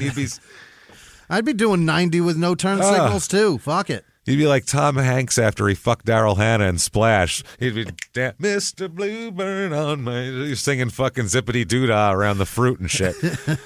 While John Candy asks you what's wrong. What's wrong? What the hell's going on with you? So this is all great until June 9th, 2007, when everything changes and all of this shit kind of catches up to him here. He is driving a 2003 GMC Yukon here, all right? He has a couple people in the car. He's got a passenger, and then he's got his friend Andre Bell in the back seat. Okay. All right, it's a high school friend. Guy's known forever. So yeah, the hanger-on. He blows through a stop sign, does JR, at a high rate of speed. We'll talk about exactly how high of a rate, but just about double the speed limit, put it that way. Blows through a stop sign and plows into a Jaguar. Shit. Flipping both cars. Uh-huh. Okay. Neither JR nor his friend Andre Bell were wearing seatbelts. Oh, shit. They're both ejected from the vehicle. What? As it rolls. Okay. Now, they find out his license has been suspended 5 times in the last year and a half, but at this point, it's actually good. It's in good standing. He just had it reinstated recently. And all that sort of shit. He had paid all his fines and fees, so he wasn't wanted for anything. But he had 8 violations on 7 different dates in 2 years. Jesus Christ, that's a lot. 5 speeding. His anyway, it's fucked up. They're both taken to the hospital. He has a slight shoulder injury and some scratches. That's what JR gets out of it. His friend is in a coma. His friend's in a coma. And he lasts a couple of days and then he dies. Oh, no. Yeah, Andre Bell died from this. So not hanging on. Not hanging on at all. That's brutal, man. That's rough. The Denver Nuggets issued a very silver statement saying that he's devastated by the loss of his good friend. And I'm sure. they'd like some privacy while he figures out if he's going to go to prison or not. We got more questions. Why were you doing that? That's the thing. They found out from his data recorder in his vehicle that his car at that point was driving 67 miles an hour through the stop sign in a place where the speed limit was 35. Yeah. Through a stop sign. Yeah, that's not great. Now, a grand jury, it goes to grand jury to see if they're going to indict him on, vehicular manslaughter charges. They declined to indict him, but he is charged with 5 motor vehicle violations, including reckless driving, which we'll talk about here in a minute. So 2007 and 8 season, obviously this is pretty fucking busy. Pretty fucking busy season here. Oh, I'm sure. Lots of after stress, all of that. The man hasn't digested a decent meal in a month. This man hasn't been able to digest a decent meal in 6 weeks. He has got to have the worst rumble guts on earth. I love that so much. He has to. There's no way. How do you sleep at night knowing you are responsible for the death of your friend? Well, you don't sleep at night. You go do things, as we'll talk about. Yeah. Oh my God. What do you think? He goes home and cries about it? No. He's autonomous now and does his own thing. The team finishes 50-32 that year, by the way, and they go to the playoffs, getting swept by the Lakers in the first round. Yeah. But he, on October 13th, 2007, just a few short months after the incident here, will be issued a summons to appear to answer allegations of destruction of property. Apparently, there's a large fight outside of a nightclub here. And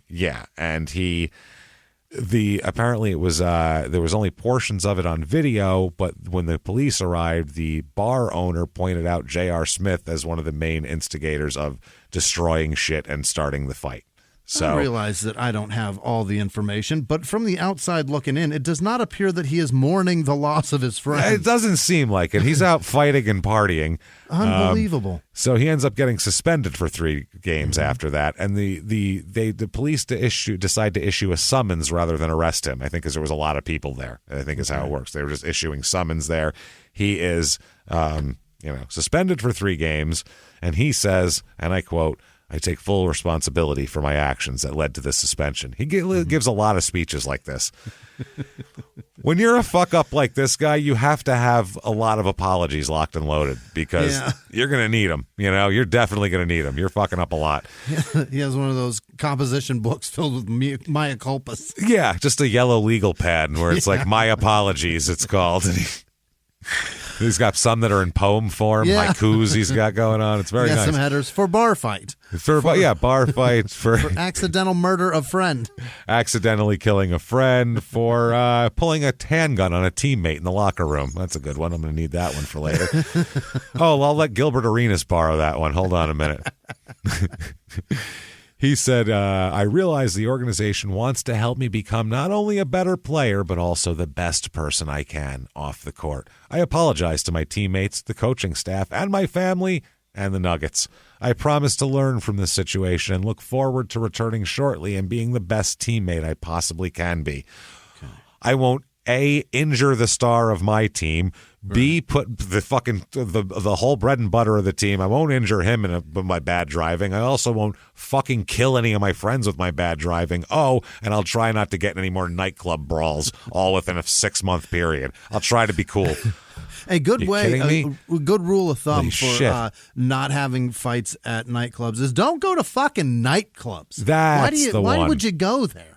That's the one there. Stop going to nightclubs. But he's a young guy. He's 22 years old. Right, but you can afford to have your own nightclub at home. Don't do it everywhere else. But when you're 22, if you do this at home, then you can't show everybody. That's the problem. And you can't see strange ass and be like, do you know who I am? Put this in your mouth. You can't show up with a $20,000 watch on and a fucking and be like a stranger. What's up, other 22-year-old person who I want to fuck?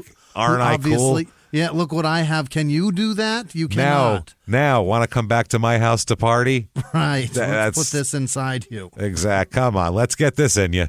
Let's go. Unbelievable. Let's get a nice dick in you. Okay, come on. Let's go, honey. That's how he thinks. Dicks. Let's go. So this year, George Karl must really hate him, which, I mean, all the shit he's doing, I don't blame him, but 74 games he plays in, starts 0. Whoa. Ugats, not a game. Averages 19.2 per game, minutes-wise. But I think that's a statement. I'm not starting you at all for any reason. Averages 12.3 points a game, though. Not terrible. 1.7 assists, 2.1 rebounds. So not bad. Makes $2,134,560, though. That is an expensive bench anchor. That's a very expensive bench player there.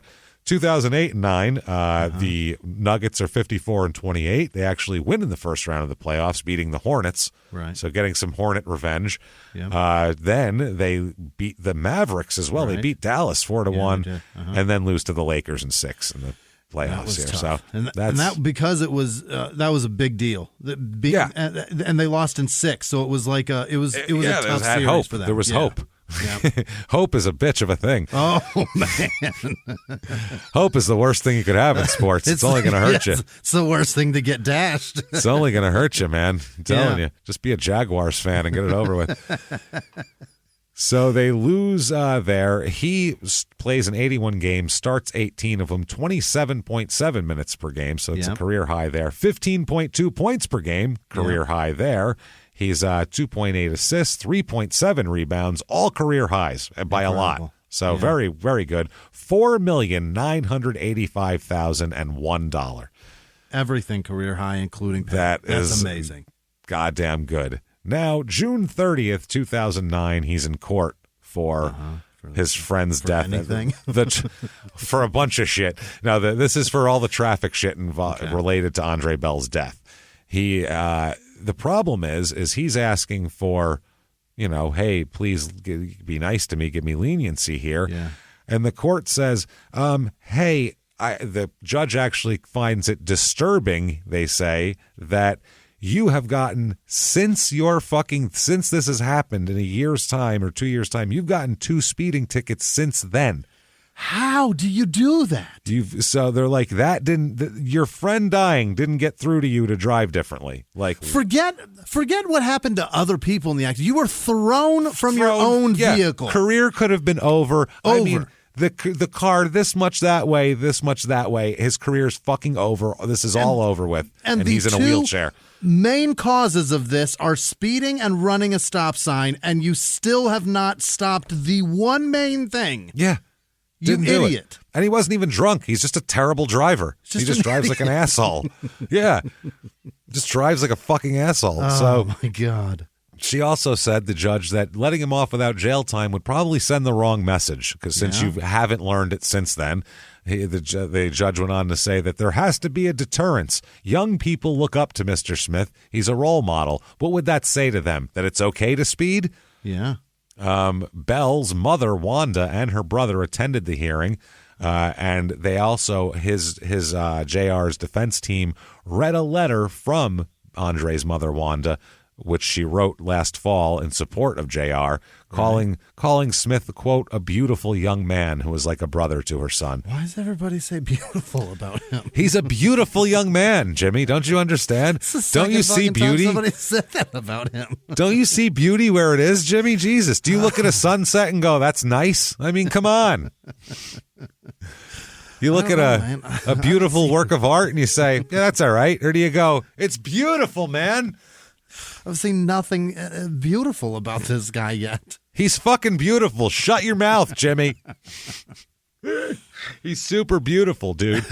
So he says to the judge, quote, this is in Please Be Nice to Me and Don't Send Me to Prison, quote, it's been unbearable to deal with. I'm deeply sorry. I never intended for this to happen. It tears me up that it went down like that.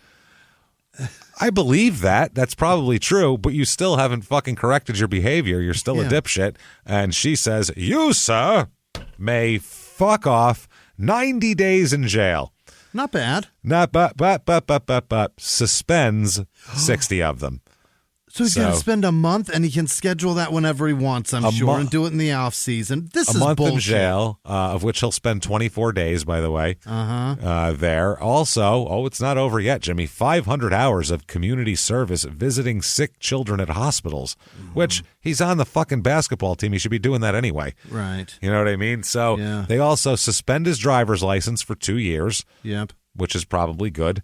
That'll begin next March after his current license suspension expires, because his license is currently suspended for speeding tickets.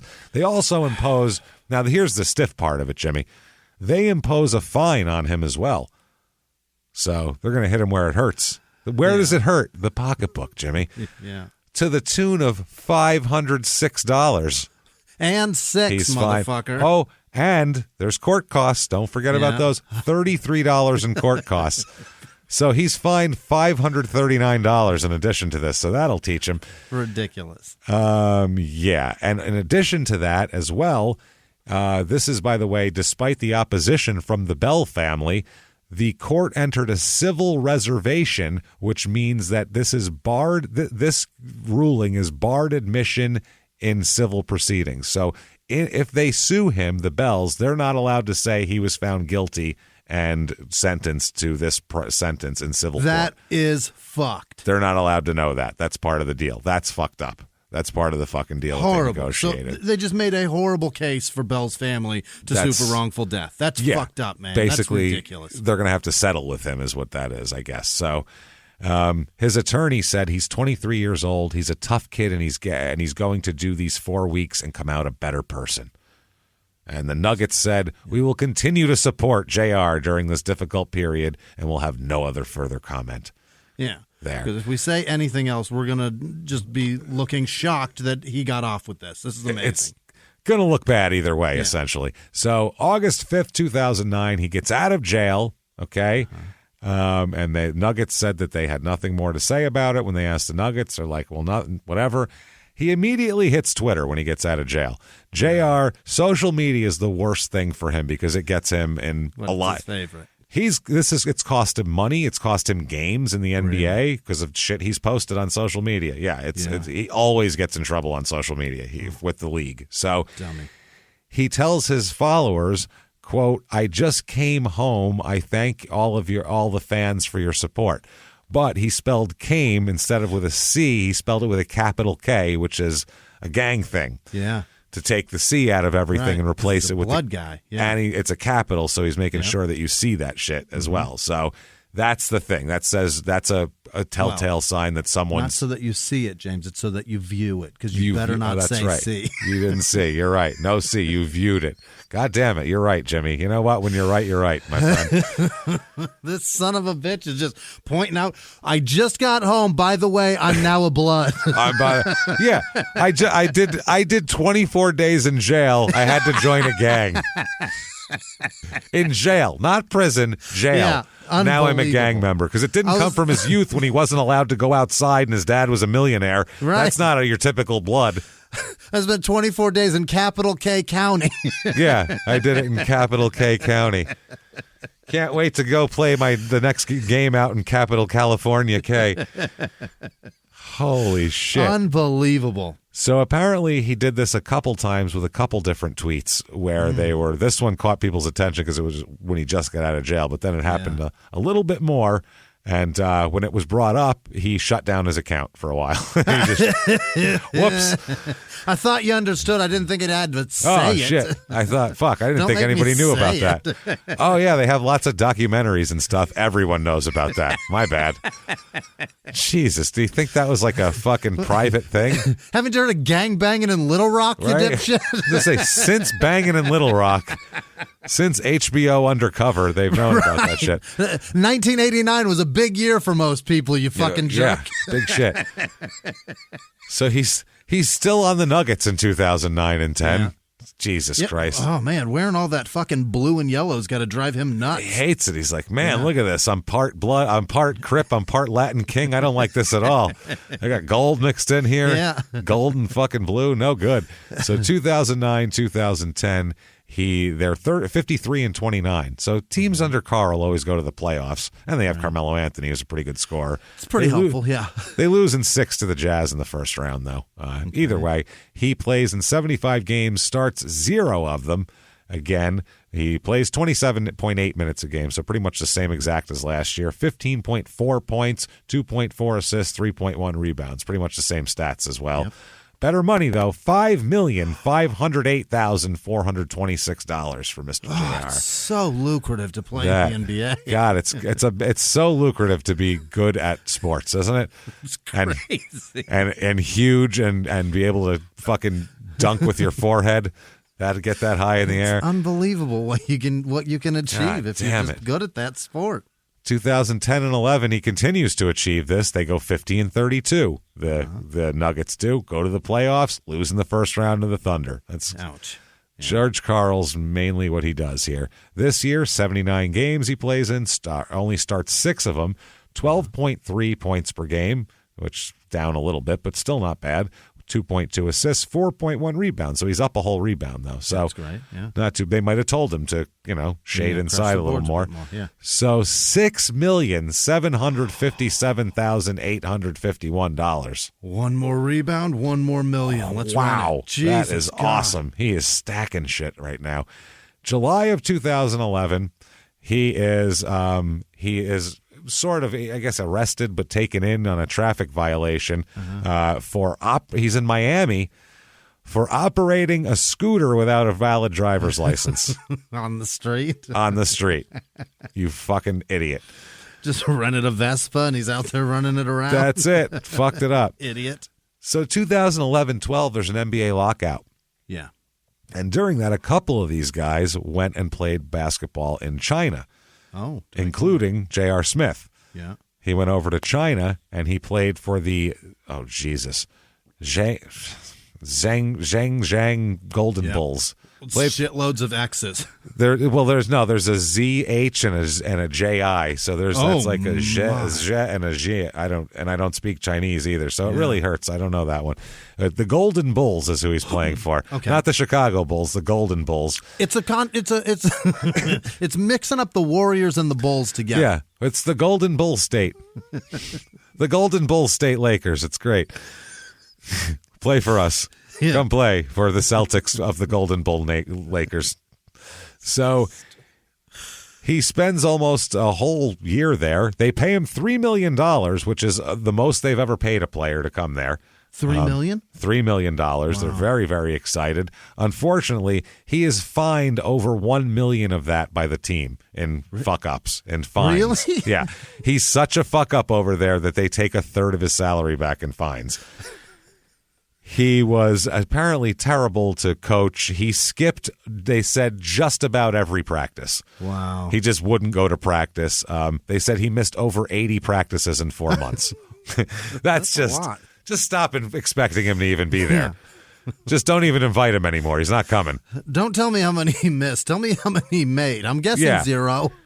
This is they're like the guy who's leaving the office like every Friday night and they're telling like that chick in the office, hey, we're all just going to Applebee's if you want to. No, you're about, that's cool. We'll be there. You're busy? All right. Just in case. We'll be there for a couple hours or whatever. And they just keep saying it. And she's like, yeah, nope, never even thought about going to Applebee's actually. That's what's going on here. Yeah, I'm not a fan of it. You expected me to go to practice? Many times they said he would skip practice to go shopping with his sister. Shopping. That's nice. Instead. He also, one night, just to see what would happen, because the hotel rooms and shit were charged to the team, he ordered $3,000 worth of room service by himself. Tray after tray after tray. He said just to see if they would keep bringing it. That was his quote. He just wanted to see if they would keep doing it or not, or if they'd be like, what the fuck's going on? But they're not going to say anything. They just keep bringing it. You're paying for it. We don't give a shit. Order $10,000 worth of room service. Fuck. I kept buying Cadillacs to see if they'd keep giving them to me. Yeah, just to see if they'd go, sir, don't you have enough Cadillacs by now? No, they'd be They're like, not gonna... we got a new model coming in you might be interested in. They'll be fucking selling you more shit. They're going to sure keep you don't want bringing it dessert? to you, idiot. It's called a business. That's what I mean. And the basketball team is an open account. They don't care. Fucking order whatever you want. Just to see if they do it? What? You don't know that it works? And it's China, so they must have been really perplexed by it. Yeah. There's some room service guy going downstairs going, fucking American black people eat like a lot. They really eat. Like a bastard. Man. I've never been around a black guy from America, but fuck, do they eat, boy. Let me tell you something. Holy shit. No, he's on. He's calling again. Look, the phone's ringing. There it is, room 112. What's he want? With 4 he's all alone. He ordered 4 more dinners. This is crazy. There's no one else up there, man, I swear. So that's how crazy he is. He would do also he gets injured at one point, and people thought he was just faking it, just Probably, to not have to fucking be there and not have to do this shit. He did play very well though. In 32 games, he averaged 34.4 points, 7.4 rebounds, 4.1 assists, and 2.5 steals per game. Yeah, it's crazy when nobody's guarding you. It's wild when no one else there is an NBA caliber person. That's crazy shit, right? It's unbelievable to dunk on 13-year-old sized people. He scored 60 points one game with 14 three-pointers in a win over the Qingdao Eagles. The Qingdao Eagles, not Evils, Eagles. He had 4 50-point-plus games during the season as well. Unbelievable. So he just did whatever the fuck he wanted over there. I would just stay there and make $3 million a year forever. Who cares? Not? Well, this is amazing. Wait till you hear how much more money he's going to make. This is why we're not as successful as we could be. This is what I mean. We do what we think. We go, this is good here. We're comfortable. Why press? This is amazing. Why press? That's how we are. Whereas he's like, I'm only going to North Carolina. Whereas we're like, I mean, we're okay. What do you got? It's fine. China probably costs nothing to live, and you're making a fuckload of money to dunk on people all day. Yeah, you can order $3,000 worth of room service. They must have been super confused by that. So February 17, 2012, he is back in America as he signs with the New York Knicks. Yeah, I didn't know that. Absolutely. Played here for a couple years. That year in March, the very next month, he is suspended here by the league for a couple games when he posts like a picture of a model that's apparently, not safe for work type of thing. Oh. Tahiri Jones is her name. I don't know who she is. But, wait, who is she? I don't know. Tahiry Jones. Oh, no. It's me. I don't know. I was thinking of BB Jones. Never mind. Go on. Yeah, they fined him $25,000, the league. So for a naked girl on the internet. Yeah, looks bad, I guess. So the internet's full of them, but you can't share them? You can't show them, though. Okay. May of 2012, he is arrested in Miami Beach again. This time for, guess what, a bench warrant. They arrest him again driving his scooter. And they realized, that's J.R. Smith. We cited him last year, looked him up, realized he's got a bench warrant because he never took care of that shit last year for not having a license. And he still doesn't have a license. They pull him over. He still doesn't have a goddamn license. And he's got a bench warrant, so they arrest him, and he has to spend the night in jail. So hilarious. There you go. Nice move, asshole. It's a fucking moped fine. Pay it. Truly. It's got to be $30, right? You made $6 million last year. Well, right. Yeah, what could it even be? That's what I mean. How much could that be? Even if it's a couple hundred, who cares? You're going to go down there. Is he treating these tickets like room service to see if they keep giving them to Maybe they'll see if they keep giving them to me. Maybe they'll keep giving them to me. I guess as many times as I break the law, it's like room service. They'll just keep arresting you. As many times as you want to break the law, they'll keep arresting you. There's no limit. They don't go, again? Well, I'm tired of arresting him. Never mind. Let him run amok. Yeah, fuck it. He didn't learn his lesson the first time, so I guess screw it. Is that what you're thinking that happened? No. Taking a real just a dumb approach to this. A weird thing to do. They're going to keep giving them to you, man. You're earning them. Wow. Jesus, that's just procrastination. Yeah. So the Knicks this year, 36-30 in a shortened season, obviously. A few miles from the glass spires of Midtown Atlanta lies the South River Forest. In 2021 and 2022, the woods became a home to activists from all over the country who gathered to stop the nearby construction of a massive new police training facility, nicknamed Cop City. At approximately 9 o'clock this morning, as law enforcement was moving through various sectors of the property, an individual, without warning, shot a Georgia State Patrol trooper. This is We Came to the Forest, a story about resistance. The abolitionist mission isn't done until every prison is empty and shut down. Love and fellowship. It was probably the happiest I've ever been in my life. And the lengths we'll go to protect the things we hold closest to our hearts. Follow We Came to the Forest on the Wondery app or wherever you get your podcasts. You can binge all episodes of We Came to the Forest early and ad-free right now by joining Wondery Plus. Have you ever gotten a message out of the blue? Maybe you ignore them. Or maybe you end up in conversation. Maybe they tell you about an amazing offer. I can really show you how to make some money. And maybe that gets you into a lot of trouble. But this isn't a story about people like you, the people receiving these messages. This is a story about the people behind the messages, on the other end of the line.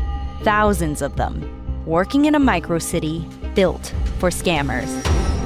From Wondery, the makers of Dr. Death and Kill List, comes Scam Factory, a new series about survival at the expense of others. Follow Scam Factory on the Wondery app or wherever you get your podcasts. You can listen to Scam Factory early and ad-free right now by joining Wondery Plus in the Wondery app or on Apple Podcasts. Here, they go to the playoffs and lose in the first round to the Miami Heat. Okay. Carmelo Anthony is on the team this year. See, really? he's always got his. He goes from here to the Cavs where LeBron is. He's always got his guy bringing him in that wants their. He's the guy that they hang out with. He's their second banana. So that's the way it works. Does the R and JR stand for Robin? Just Robin. It is. It's Robin. My middle name is Joseph and Robin. My real name is Earl Joseph Robin Smith. So Carmelo Anthony, Mike Bibby, Tyson Chandler, Baron Davis on this squad. Bibby was there? Yeah, yeah. Bibby was here in his 13th season. Wow. So Jeremy Lin on this team. And Amari Stoudemire, so a lot of guys on this Knicks squad here. He plays in 35 games, starts 1. He 12.5 points a game that year, so not too bad. Makes $2,382,353, so a little less. That's fine. 9/11 of this year. 9/11. He puts out a post on Instagram. It was a response to this is fucking amazing. It was. He meant this. This was his honoring 9/11 tweet. Oh, God. Because the league encourages them to York. support. Yeah. So he said, Jesus Christ. And I quote, "Celebrate the deaths of the people in 9/11. Exclamation point. Hashtag we love you. Hashtag we will never forget." What are you doing, man? Is it a furniture sale fucking post? What is he doing? He said, "Celebrate the deaths of the people in 9/11, exclamation point," which makes it so much more like, it makes it so much more gregarious. Yay. And then we will love you. We will never forget. We love you. We will never forget. So you're like, did he mean that the fucking way he thought? And you can't hashtag we love you if you can't name a single person that died that day. That's what I mean. And that's crazy, man. We will never forget. And New York Post said, "JR, what are you smoking?" They tweeted. Other news said, "Oh, JR, you poor son of a bitch." People said, "You idiot." JR, on the other hand, let's give him it in their own words. Let's let him try to explain this tweet, because that is the hardest to explain tweet. Oh, God damn it. That's like a comedian said the N-word and then tried to get out of it. He said, in their own words, quote, "People knew what I was trying to say, but of course everyone is going to react because it's me. Now I got to go meet with the general manager. I got the coach asking me what I'm doing on social media. Just a giant headache." Yeah. Yeah. You said, let's celebrate the deaths of the people who died in 9/11. Now let's celebrate the people who died. Let's not celebrate the lives. You said celebrate the deaths. It sounds like you're literally partying over a corpse. It's like Weekend at Bernie's now. What is going on? It's like the towers were candles and they just blew them out. This is it's a big day. Insane. Big celebration. Big day. Finally, it's here. What a fucking idiot did he just say that? I can't believe. That's amazing. We only had 4th of July and Christmas to really all come together. Now we've got an extra day. That's it. We can celebrate the deaths of these fine people. What a fucking dummy. Does he think that's what Memorial Day is for? Let's celebrate the deaths of all that have served before us to preserve, is that what they think that's about? What a fucking dipshit. Holy shit. And then say what he said again. Say what he said again. How do you explain that, man? Celebrate the deaths of the people of 9/11. We love you. You'll never forget. People knew what I was trying to say. But do they? Or do they really? I don't think they do. Didn't. I don't think we know what you're trying to say, bro. I really Holy don't. shit, he's so dumb. But of course everyone's going to react because it's me. Anyone who said that would have got a reaction. Oh my Anyone. God. I just slipped a disc in my neck laughing at you, you idiot. If Betty White tweeted that, people would be like, do you have fucking Alzheimer's or what's your problem, Bet? Jesus, what the Betty, fuck, you man? heartless bitch. We thought she was nice this whole time. Turns out she's a real twat, man. What the fuck? Dolly Parton could turn us against her with that tweet. That's anybody could be like, at least you'd go, what the fuck are you talking about? Celebrate the deaths, you fucking moron. You sure about that, Morgan Freeman? You really sure about that? You want to say that? I don't think you want to say that. I don't think you want to say that, Will Smith. Ooh, too late. Never mind. That's already. Never We mind. think you meant that, Will. Never mind. Now we think you meant that. 2012-2013 season. How do you even recover from that? But he plays for the Knicks. And, he says something dumber coming up this season, which is amazing. Stop it. Oh. You want to hear something publicly dumber that he said? I got it here for you. Right. So, 2012-13, 54-28. This is the best the Knicks were in fucking since 97 probably, or 99 when they went to the finals and that strike-shortened season. Anyway, they win a fucking playoff series. Holy shit, against the Celtics, too, so that's cool. And then they lose to the Pacers, which that sucks, in 6. What year was that? 2013. Is that Reggie's last year? 2012-13. Fuck, I don't remember. It may have been. That was before that. That was well before that. He was still Reggie's playing, last year. Yeah, no. Reggie's last year was earlier. Because his last year was the year after the Malice at the Palace thing, wasn't it? And that was in 04? That was in 05-06. Yeah. Because he's been gone. I think 87 draft was Reggie Miller, something like that. Yeah. So he was around. Well, I'm just trying to think of maybe. Who the fuck was on the Pacers that was any good this time. Jesus Christ, I don't know, but they were doing well.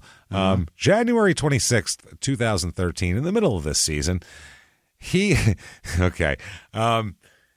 gets in his fucking DMs at Real J.R. Smith, by the way, on Twitter and Instagram. Yeah. He gets a woman sent him a DM saying, I'm going to your game tonight. Oh, that's all they say. Yeah. He says, dope. That's cool. Oh, boy. Dope. So she sends back a smiley face. Yeah. Just a smiley face. He sends back, oh, really? She says, oh, really what? With a smirky smiling emoji. Yeah. Like, what are you talking about? His response to that is, and I quote, you trying to get the pipe?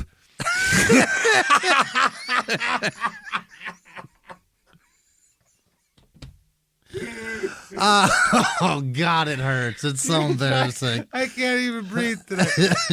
You're trying to get the pipe, he says. That is a question reserved for 2:30 a.m. at bar close, and you're both wasted. You don't say that shit sober. If a chick dry humps you at 2:00 in the morning at a bar, and she's like, "You're hot," and so you'd be like, "You're trying to get that pipe." Yeah, that's sort of acceptable at that point. She said, I came to your game. That's all. Dope. Smiley. Oh, really? Oh, really? What? I don't know what that means. You're trying to get that dick. What? The pipe is even worse than the dick, isn't it? I think it is. The pipe sound. Yeah. The most construction worker fucking phrase for it. That's true. Well, you have to excavate for a pipe. Yeah. It sounds like he's going to tear out the whole infrastructure in there with a pipe. He's going to pipe. That's a lot. Trying to get to the pipe, aren't you? You're ripping out the drywall with those smarts. Trying to get that pipe. Oh, my God. So she puts him publicly on blast for this because she apparently was not trying to get any pipe. She was just a fan of the team. She's just trying to see if she can get a reply from a fucking blue check mark. That's all. She said no thank you on the pipe, though. I'm all full up. I'm all full up on pipe. He's suspended for 2 games by the team for doing that, because you stop trying to fuck our fans on Instagram, please. Thank you. Jesus Christ, she's a season ticket holder, for Christ's sake. Unbelievable. He plays in 80 games that year, though, besides the 2 he was suspended, whole season. Starts 0 of them, though, but he does score 18.1 points a game this year. Wow. 2.7 assists, 5.3 rebounds, his career best by over a rebound. Yeah. He makes $2,806,452, and he wins the NBA 6th Man of the Year award. Absolutely. With 18 points a game, how do you not? 0 starts. Dominating. 33.5 minutes, too. So he's playing a lot. I mean, that's starters play that. That's a lot. So July 10th, 2013, he's a free agent. His contract ran out. He re-signs with the Knicks. Okay. September 6th, 2013, he tests positive for marijuana and is suspended for 5 games, which is so fucking stupid. Yeah, but if we think that he hasn't been smoking weed this whole time, are we out of our fucking minds? It's right. And the NBA was that was just an open secret. And we knew these guys are smoking weed, and nobody fucking cares. Who gives a shit? It's not a contact sport. It's you can get high and shoot 3-pointers. It's fine. It really is, and Jackson nobody cares. Playing for Indianapolis. I've never played a game that I wasn't high, he said. Yeah, it's probably, and that's how he played better. Whatever it is, this is just stupid, though. Yeah, he tests positive, so they suspend him for 5. Now it's not a thing anymore in the NBA. They don't test for weed anymore. But they said that, he's got to, he gets suspended for that. So 2013-14 with the Knicks, they're 37-45 that year. Joining the team this year is Chris Smith, his brother. Really? Yeah, pretty cool, right? That's way cool. Yeah, they signed him. He only plays 2 games for them, though. He plays 1 minute. He's on the team for two games, and he plays 1 minute. That sounds like a favor to JR. Yeah. You know what I mean? 1 minute. How many people did he kill? He might have killed 7 people. We don't know. Yeah, we'll see how his father puts that in a, they backed off from him. You know what I mean? He got in some close contact with some new friends, and the team backed off from him. Right. Yeah. So he had 0 points, 0 rebounds, 0 assists, 0 anything. He played for a minute. He played for 1 minute. He just that's nothing. And that could have been one, like he inbounded it, and that's a minute is what that would go. Yeah. That's what that's called in the books here. So Chris JR on the other hand, 74 games, starts half of them, 37, 32.7 minutes a game, 14.5 points, 3 assists, 4 rebounds. Not bad. $5,565,000. Wow. November 14th, 15th, he suspended a game on there's some junior on junior violence here. They're going for junior supremacy, where he elbows Glenn Rice Jr. in the balls during a game. Glenn Rice had a boy that played basketball? Absolutely, No yeah. shit. He's playing for the Wizards, and I watched the play. He's dribbling and holding his body between Glenn Rice and the ball, and he just shoves his elbow out and elbows him right in the fucking balls, right in the dick. Yeah, it was pretty fucking funny. So anyway, they suspend him for there. Then January 5th, 2015, they've kind of had it with the shenanigans, it seems like, on the Knicks here. Mm-hmm. Maybe him being at home isn't good for him, being so close to home. So they trade him. 3-team deal with the Knicks. He's traded by the Knicks with Shumpert to the Cavs. Oh. The Cavs got, Jesus Christ, who fucking cares? It's a bunch of second-line guys, and in the end, the Cavs get J.R. Smith. Wow, the Cavs. There you go. The K. Well, he won't. The hard part is getting the magic marker over the jersey all the time. That's the real. He loved playing for the Knicks. He said that's great, but he will. Cleveland, he's son of a 2 fucking. C's, Jesus, the city and the team. There's a reason I didn't go to UConn, people. Fuck this. Not doing it. The color's right, but come on, can we pass some legislation to change this city to Cleveland with a K? And the Cavaliers with a, you know what I mean. So they're 53-29 that year. This is the team with LeBron and fucking a bunch. Kyrie Irving is on this team. This is a Kevin great Love. team. Yeah. Sean Marion's on this team in his 15th year. Holy shit. Sean Marion played for the Cavs? Apparently briefly, 15th year there. So they first round, they sweep the Celtics in the playoffs. They beat the Bulls in 6 with Derrick Rose when he was still could walk. So Eastern Conference Finals, they sweep the Hawks. And then... Yeah, they swept the. Can you imagine the Hawks then? I was like, the Hawks were in the finals then? Yeah, I can't remember. Oh, you know what? They had Joe. From the they were Suns. They were good for a minute. Yeah, Joe Johnson. Joe Johnson. Yeah, and that team was actually pretty decent. Wasn't bad. For five or so minutes. Yeah. Then they go to the finals and lose to the Warriors in 6. Oh, really? So, yeah, that was the first season. Yeah. Yep. So there's that. That year, 46 games he plays for the Cavs, 12.7. Per game. You know, he contributes pretty well. He contributes, or they contribute a lot to his bank account, though. He makes $6,516,000 that year. Oh, my. And signs a deal and all this type of shit. He's also got a statement on partying, okay? Oh. You know, he feels like he's been targeted, and he's upset. Do you know why I think that? Why is that? Because he says, quote, "For me, I feel like a target every time." He's there's no subtext with him. It's all text. He said, quote, "So I try to handle myself with care when I'm out and about." By the way, keep that in mind for the next couple things that we talk about with him. It's one of those situations when you're out at 4 a.m. Holy shit. Why would you? Exactly what's going to happen to him is what he's saying. When you're out at 4 a.m, there's no way you should be walking anywhere again. Yeah. He's basically saying, I shouldn't do what I'm going to do, but I'm going to do it anyway. Get in your car and go home or wherever you're going. That's one of my cardinal rules. You don't just stand outside of events. You get in and you go and you keep it moving. Okay. Then he said, it's not fair that people should have to, fucking not go out, not do things. He said, we get in late from flights sometimes. What are we supposed to do? We just go sit in a room. You got to unwind. He said, yeah, true. Quote, "We fly in late all the time, so then we go out late. Guys just like to have a good time, just like the average college student. Except we're 30. That's the difference." The average college student. Wow. It just so happens that we get a lot of money. We're young and famous, and people want to see us, and we like to be seen. It just comes with the territory. So yeah, but he doesn't get it. Everything he just said, it's hilarious. Okay, so then they talk about, well, now you're in Cleveland, because he was like, in New York it was hard because, it's New York. So you want people everywhere. Yeah. Cleveland, this is great. He says Cleveland's so terrible it's the best situation for him. I'm not even kidding. People disappear here, you guys, and nobody cares. No one even notices. They'll just fall in the lake and dissolve. People, what's that lake made of? We don't know. He said, or the river. He said, I think it's the best situation for me. I think this is the best situation for me because there's nothing but basketball. There's nothing you expect but basketball. There's nothing. No going out. There's no late nights.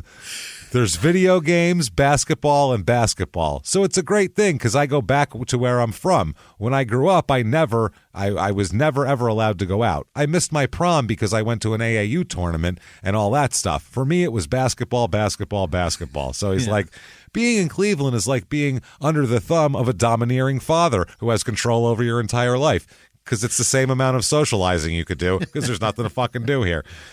That's why LeBron's so successful. There's fucking nothing here. There's nothing here. So he gets married in 2016, in August of 2016. Somebody caught that pipe. That's right. Someone is getting that pipe on a regular basis. He's got a daughter from a previous relationship. They're going to have a couple more kids, all girls so far. Wow. Their second daughter, by the way, we'll talk about, born in 2017, so a little ahead in our timeline, which only weighed 1 pound at birth. Oh, my God. Yeah, it's pretty crazy. Carmelo Anthony and Chris Paul are the godfathers of his first 2 daughters, too, by the way. Is that right? Well, that's kind of nice. They're getting good gifts for the rest of their lives. Right? Not too shabby. Yeah. Let's set them up with some nice birthday presents. November 20th, 2015, 4 a.m. Oh, God. What time did he say you shouldn't be out? 4 a.m. Yeah. 4 a.m. Where is he? In the street outside of a pizza place at 4 a.m. Okay? Getting some of that dough to soak up the booze. Artichoke Basil's Pizza at 4 a.m. Is, I guess, open. So, and apparently there is a celebrity hangout on the same block where it's like a club or some shit. I don't know. So there's a kid here. Oh, no, that's the other. Okay, this is the one this is the New York one at 4 a.m. Okay? Yes, this is the pizza place. Okay, good. Got that here. The other ones those are all open at 4 a.m. in New York. Yeah, okay. There's a teenage kid who lives in Harlem, all right, named Justin Brown here. He ends up, Jesus Christ, he apparently asked JR said, let me get a picture with you. Yeah. You know, I want to put it on social media. Let me do whatever the fuck he wanted to do. Smith ignores them and keeps on walking, right? Oh, God. Yeah. So at that point, this kid yells, "That's why New York kicked you out, yo." That's what happens, man. You got to put up with that in New York. Yeah. So then he grabs the kid and allegedly checks him with his forearm against the building and then chokes and puts his fucking hands around his neck and starts choking him, apparently. A police report was filed 3 days later. This is all alleged. When the guy went to the 10th Precinct station house, they said that the cops told him the initial report was lost, by the way. No. This kid reported it. Then he went back 3 days later, and they went, "Oh, sorry, we lost the initial report." Welcome to New York. Thanks a lot. His lawyer, the kid who got choked, he called the kid, quote, "sweet," and said the teen did nothing to deserve this attack. He said, "Using your physical dominance to inflict pain and instill fear into somebody who is clearly weaker than you is unacceptable in any context. But there's something sick about doing it to a kid who's asking you to take a picture with him." Right. Yeah. And all he did was say, "That's how he kicked you out." That's why we fucking didn't want you anymore. Fuck you. I'm sure he gets said worse shit to him all the time. At a game. So his lawyer, JR's lawyer, said the allegation is completely false. He won't be arrested. He said, "My client did nothing wrong. He didn't choke him. There's no arrest warrant. I don't expect him to be arrested."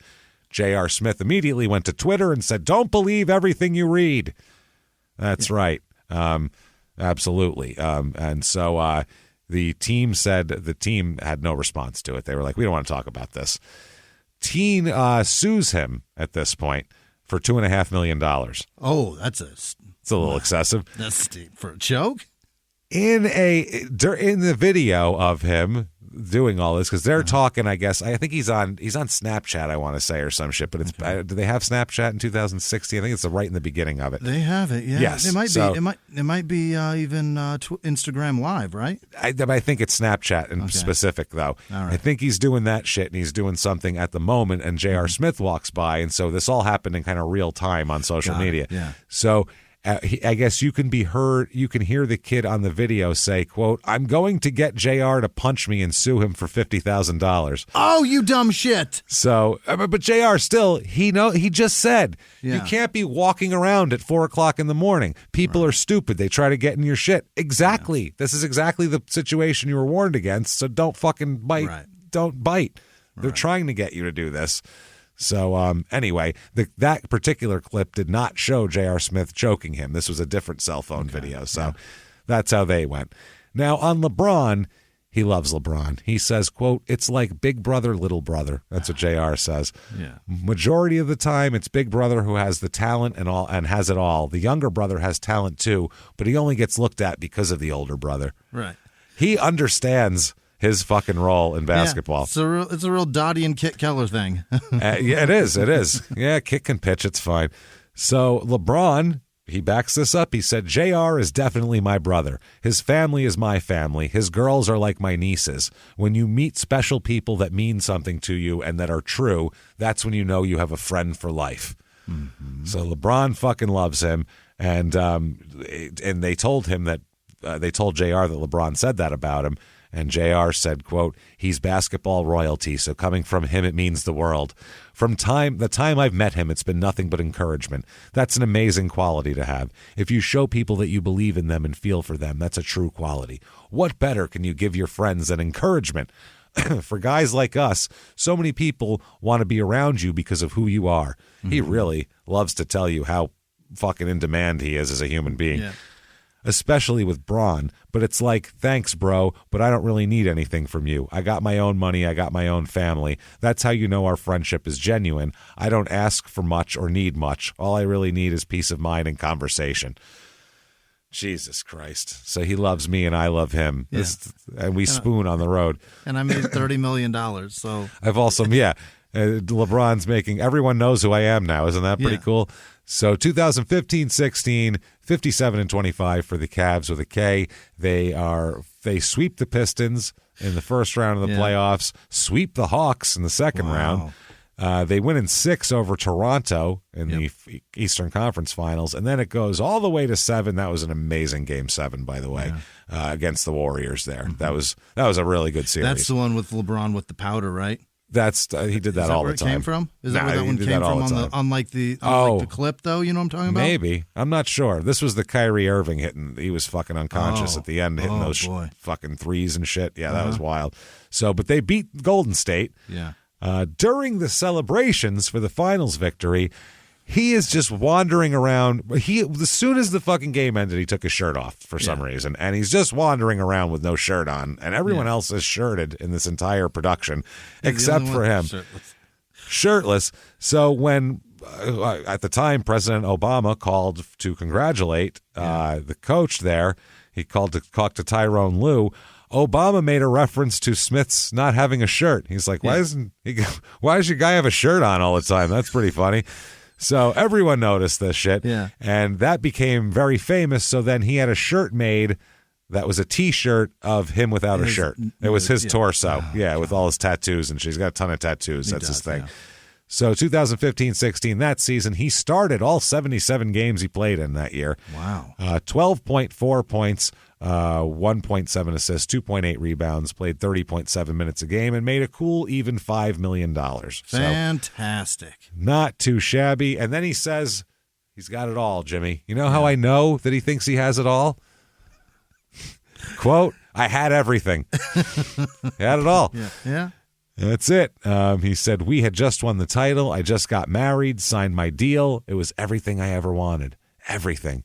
And then they were, when their daughter was born, Dakota, the third daughter, born prematurely, weighing 16 ounces.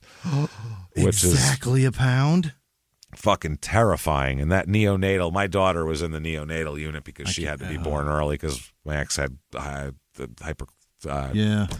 preeclampsia. Oh God, Jesus, that sounds awful. Oh, she almost died while giving birth. I mean, she almost had a stroke. Like they got her in there immediately and had to induce her, and it was bad shit. And in the NICU. Oh yeah, we were in the neonatal ICU for it was it's terrifying in there. Yeah, it's the most terrifying place in a hospital. Spend a couple days in a neonatal ICU and you'll it's terrifying. So that's where they are, and this is like, this is horrible. Their child is not even, it's very small, this poor little girl. So he says there were so many doctors coming up to me. They were asking me if they should perform life-saving procedures if her heart stopped. I was like, yes, why are you asking me this? This is my daughter. Do whatever you can to save her life. Like, nah, I mean, if she just... I mean, I did it 3 times. I could probably do it again. If she's just flush her at this point, if she stops, just flush her. We don't even need to make a big deal out of this. So what the fuck? Of course, save my child. Like a goldfish, would you? Yeah. Would you like us to save your daughter's life? Nah. Would you sign this for a DNR? She's 16 ounces, man. How are we gonna have the fuck? What kind of cold-hearted question is that? God damn it! He had a very for once he had a reasonable response to something. What are you, out of your fucking mind? Of course. What are you just treating me like I'm going to celebrate the death? Yeah, celebrate the deaths. It's not like it's 9/11. Jesus, I could see if she worked at Goldman Sachs or something, but. What is he, on the 93rd floor or something? Come on. Jesus Christ, man. Celebrate the deaths of 9/11. That is wild. What a dumb shit. What's dumber, that or you trying to get some pipe? What's dumber?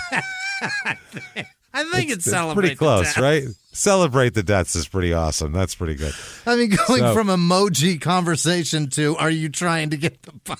You trying to get that pipe? Right, he says, "No, I'm with you. I got off on the pipe thing. I'm obsessed with it. It's hilarious." He said, I'm not pretending I'm an angel. I made those mistakes. I did. They made me who I am. But at the same time, would I take back some of them? Of course I would. I started to think about who I was, he said. It's almost like a split personality. JR is kind of like a character I play, but Earl Smith is the family man, the homebody who's more chill and laid back and doesn't go out. I think it's been building my whole life, but I probably realized it when I first got here. You start to look at yourself and try to figure out who you are, and your life begins to change. I'm a sensitive person. I was tired of everything going wrong. Things affect me. I'm probably the most sensitive dude I know. You don't count in people you know, sir. I'm the most sensitive dude in county. Wow. I'm the most handsome motherfucker I know. I'm the richest motherfucker I know. Oh my God. He does have some Rick James in him. He does. So he said a lot of his past and some of his, this is his old coach on the Knicks here. A lot of his past and some of the things he's done, they're remembering stuff from 6 or 7 years ago. But are you learning from your mistakes? Also 6 or 7 months ago, because that other shit just happened. He said, when players do things to put themselves out there, you can quickly be prejudged. There are consequences for what you do. Don't put yourself in a position you might regret. I stayed on him a lot about that. I kept telling him, everyone is always watching. Stay off social media. Every time something bit him in the butt, I was there to say, I told you so. And he says at the same thing. They ask him about social media, and JR says, you know what, maybe I need to be Earl. Maybe that's the thing. He said, quote, I definitely worry about something else happening. It's one of the ways you stay curious. I don't let it deter me from living my everyday life, but I still think about it. He says at one point he thinks about it, and he says, should I post this? Should I wear this shirt? How will this affect somebody? Anything I post, would I wear that on a shirt? That's what he says. He says, sometimes I ask my wife or friend, if you have a second thought, then you shouldn't do it. That's what he says. He says, quote, I'd rather be Earl than JR. Okay. He's Earl, Jimmy. It's the same guy, sir. You know what I would say? Alter ego, you fucking dipshit. You know what I would say he's declaring? What is that? I'm good now. I'm Earl now. That's what he's declaring. Not even I'm good now. Just I'm Earl now. I'm Earl now. I'm Earl now. That's amazing. One of his coaches said he acknowledged his reputation was earned. He wasn't wronged by the existence of his reputation. He earned it. He was the sum of all those things. But he made a conscious decision that he didn't want to be that anymore and changed his life in a profoundly positive way. Mm-hmm. That's right. And he says now his main goal is to not disappoint LeBron. Sure. I don't want to disappoint my meal ticket. I can hang on to him until I can't play anymore, and I'll always be on his team. If he wants me there, they'll sign me. That's it. They got an extra roster spot for friend of LeBron, period. So he says the coach, this is the GM of the Cavs, said, quote, I don't know if we make that trade, which is the trade that got him, without that alpha in the locker room. I don't know if we do it without LeBron. He said, if you have LeBron, you can take a risk on a guy who's got some questionable character because basically he's going to have to fall into line because LeBron's going to fucking run the team. Because LeBron's trying to take this shit serious. Yeah, he's like, come on, guys, for real. Yeah. We're actually playing. So LeBron is a brand and J.R. Smith is not. No, he does have a shitload of money we'll talk about. So 2016-17, the Cavs go 51-31. They beat the Pacers. They beat the Raptors. They beat the Celtics. First 3 rounds of the playoffs, they only lost 1 game. Wow. Yeah, 12-1 there. And then they go to the finals for the big rematch against the Warriors and lose in 5. So it's really a... Damn it. That was a huge It was such a letdown. It was just like, that wasn't as good of a series. 12-1 to lose in 5? Ouch. Yikes. He plays in 41 games because he's got some injury problems. Starts 35, averages 8.6 points a game in 29 minutes. Not great, but his salary is fantastic. $12,800,000 for this season. Oh, my God. More millions than points per game. That's insane. Is what he makes this year. That's a lot. And he's back to driving like shit again. Let's get to that. October 12th, 2017. Police stop his 2016 Dodge Challenger at about 1:20 a.m., and this is the day before the Cavs were going to play their final preseason game. Mm-hmm. And, his car sped through a construction zone at about 1:15 p.m., And, they found him about 2 minutes later because it had been dispatched, called in from somebody else about it. PM? AM, sorry, Okay, AM. And he was speeding at the point where they pulled him over. He was speeding as well. Yeah. And, he got a traffic ticket. He was speeding on the I-90, and it sped by a cruiser, and they got him like multiple people were like, hey, you find that asshole speeding? Oh, yeah, he's all over the place. I literally just drove that stretch of freeway last week. That's hilarious. Right through Cleveland. I was going to say, not in Florida. But I think, this is in Cleveland. Yeah, it's I-90 right through Cleveland. So he basically, the cop turns around and goes and gets him as JR is pulling into a friend's driveway. You're almost there. Okay, so I'm sorry, not his friend's driveway, his neighbor's driveway. It's by his house. So he was trying to get home. The police end up giving him field sobriety tests, but he apparently passes the field sobriety test, but admits that he's been drinking at some point during the night. But he passes the field sobriety test, so he's not charged with any form of intoxicated driving. Dinner, whatever. Yeah, a family member of his was allowed to come over and get his car and drive it home because it's like down the street from his house. And he gets a speeding ticket. So he did go out and drink and then speed, which was dumb. Right. All of that's stupid. He should be taking Ubers everywhere. Through a construction site, James, where they probably work those construction sites at night to minimize the traffic. Yeah. And you can't see those fucking people. You can't be drinking and driving near people that are fucking on foot. Are you out of your mind? Jesus Christ, with heavy equipment around. Right. Well, he's charged with reckless driving and excessive speeding. So...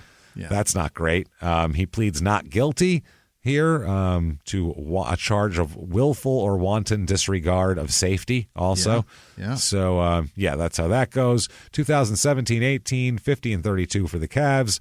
They beat the Pacers in 7 games. It took 7 games in the first round to beat the Pacers. Then they sweep Toronto in the next round. Okay. Then they go 7 with Boston and win. Jesus. Yeah, and then go to the finals again against Golden State. Exhausted now. Fuck, oh, God, yeah, Jesus Christ. And lose, they get swept. Yeah, how are you going to play? How are you going to chase them around the court when you've just gone almost 7 in every fucking season? Absolutely. And also they're a bit distracted during the playoffs. Why's that? Because J.R. Smith on May 2nd, 2018 is suspended for a game after he throws a bowl of soup at assistant coach Damon Jones. He's got walking soup? He threw a bowl of soup. I don't know, it's from a seated position, which would make it even more aggressive. Just like you pick it up off a table and be like, you motherfucker. Or if he was walking around, I don't know what happened, but he threw a bowl of soup at his coach, which isn't really advisable. Was there a chunky soup fucking shoot at practice or something? Why is there soup? This could have been part of a promo. You know what I mean? It's good. Yeah, when they show a coach how with many times have you been in a group setting where there's soup around? That's what I'm saying. Unless it's dinner. Yeah, I guess. But they always have like these like kind of hot tables set up, almost like at a backstage at like a film shoot or something. They have like a craft table, almost like a craft services at these arenas for these athletes. But they're so particular, like they need fucking soup there. Different things every day. Yeah, different things. Some days they might want soup. Different shit. Well, if you laugh at soup, it could be anything. Fucking sandwiches. They have a sandwich. Well, I can see sandwiches. What's so weird about soup? When you go out, they say soup or salad. It's one of the two options. Yeah, I guess that's true. And it's easy. You can make a big thing of soup, a pot, and stick it there, and anybody can scoop some soup up and eat it. I don't think it's a weird thing to serve young guys who play basketball. I bet they want soup is a weird thought, but if you're going to set up a buffet, I've never been to a buffet that doesn't have soup on the end of it. That's a great point. So that's the other thing. In the grocery store, they got that fucking cart there. There's people eating that soup, right? They've got to be. They wouldn't put it there if it didn't sell. Otherwise, it's the same soup. It's like the same vegetable minestrone, like fucking just on a constant boil on a roll for like 16 years. It's not even chunky anymore. It's it's all worn away. All the zucchini's just liquefied. Little meat speckles throughout the whole thing that used to be chunks. It's non-chunky.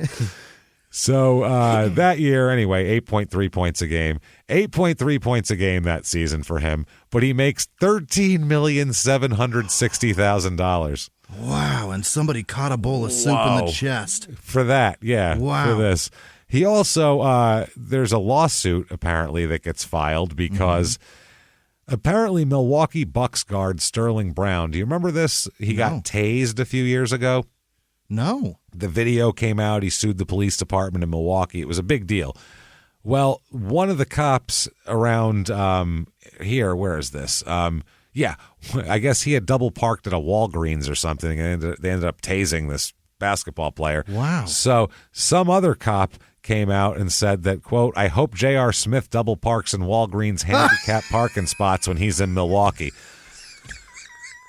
That's what the cop who tased the other guy said. Wow. And so there was a lawsuit over that. What they sued him for saying that? I guess the city did, I guess or some that's a shit threat, like that. right? Yeah. Well, yeah. It's the cops can't want to tase somebody in particular. It's pretty funny though. I hope he fucks up so I can tase him. I don't think you're supposed to say that. That's the quiet part. You don't say that shit out loud. That's crazy. So July 29th, 2018, 2:45 a.m. Oh boy. Outside of a pizza place. Oh, JR. Well, it's the only frequent pizza places in the middle of the night. Yes, after Taco Bell closes at 2, you got to eat somewhere, right? Man, I guess so. He's in New York again here. There's a 20-year-old guy from Pennsylvania, and it's a busy block, and he apparently recognized J.R. Smith walking by. Yeah. And, this is the Snapchat guy. The other guy was just doing a cell phone video. Okay. This guy tried to record J.R. Smith using Snapchat and was like, hey, J.R. Smith, man, you want to say hi? So he alleges that J.R. Smith responded by, rather than going yeah or no or go fuck yourself, by just grabbing the phone and throwing it across 10th Avenue into a construction zone. Just like across 10th Avenue, over the fence of a construction zone and into the site, breaking the screen.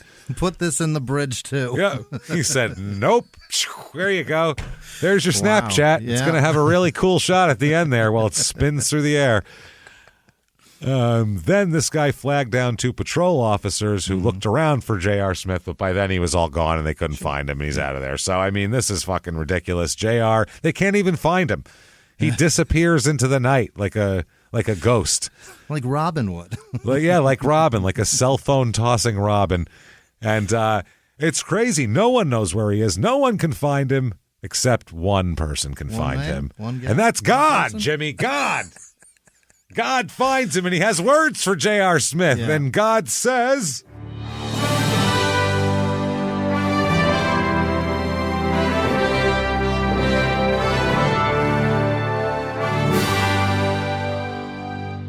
How is it you've come to arrive here, J.R. Smith? What are you? What are you doing, man? Yeah. What the fuck is wrong with you? I'm sorry, but listen, I've gone out on a limb for you. Honestly, I did. I made you 6'6". You know how many people are 6'6"? Very few. You have hair still. You're amazing. You have pipe to give.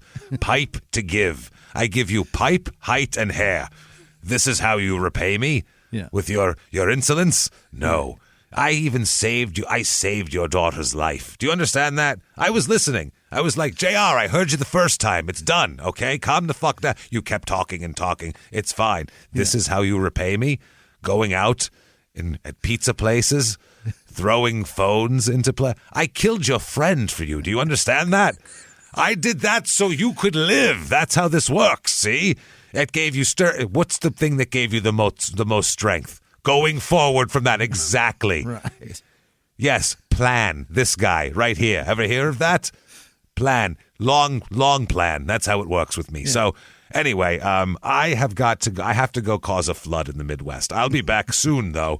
Don't go to pizza places at 2:45 a.m. Get a Grubhub or Uber Eats, DoorDash, possibly. I don't know. Whatever. Get your ass home.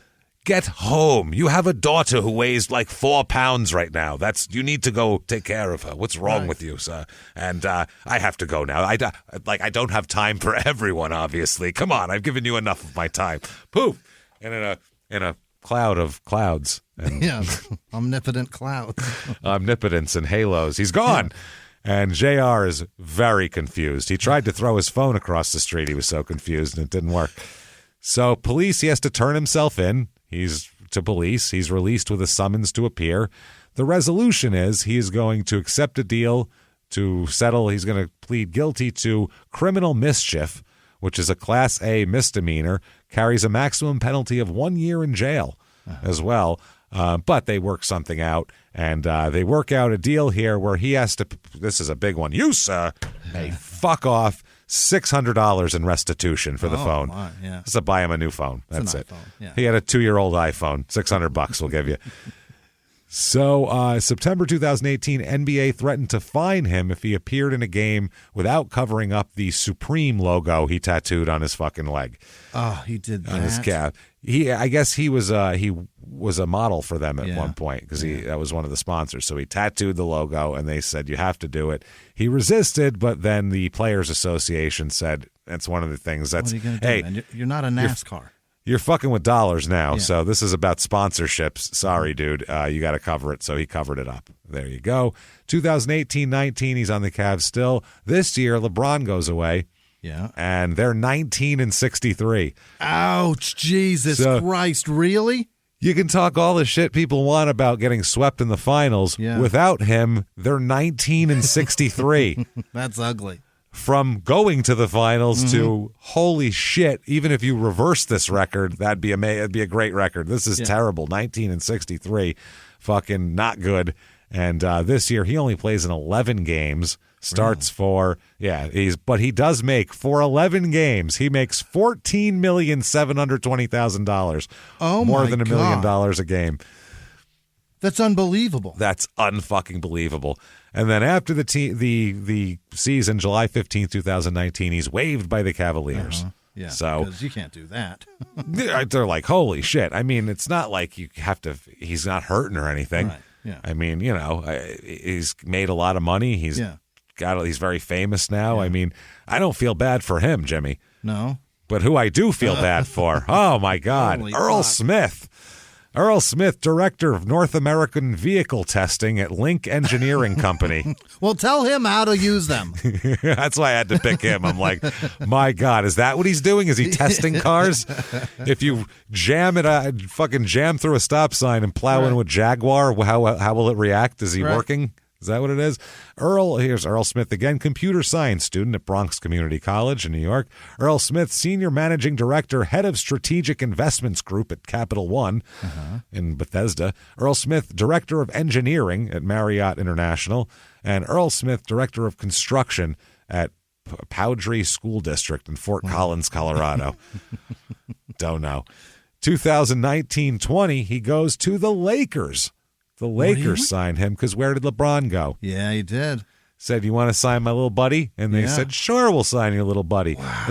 Especially because they hardly have to pay him shit because Cleveland's still paying him. So he doesn't mind taking the veteran minimum exception deal that they can offer because he's getting paid already.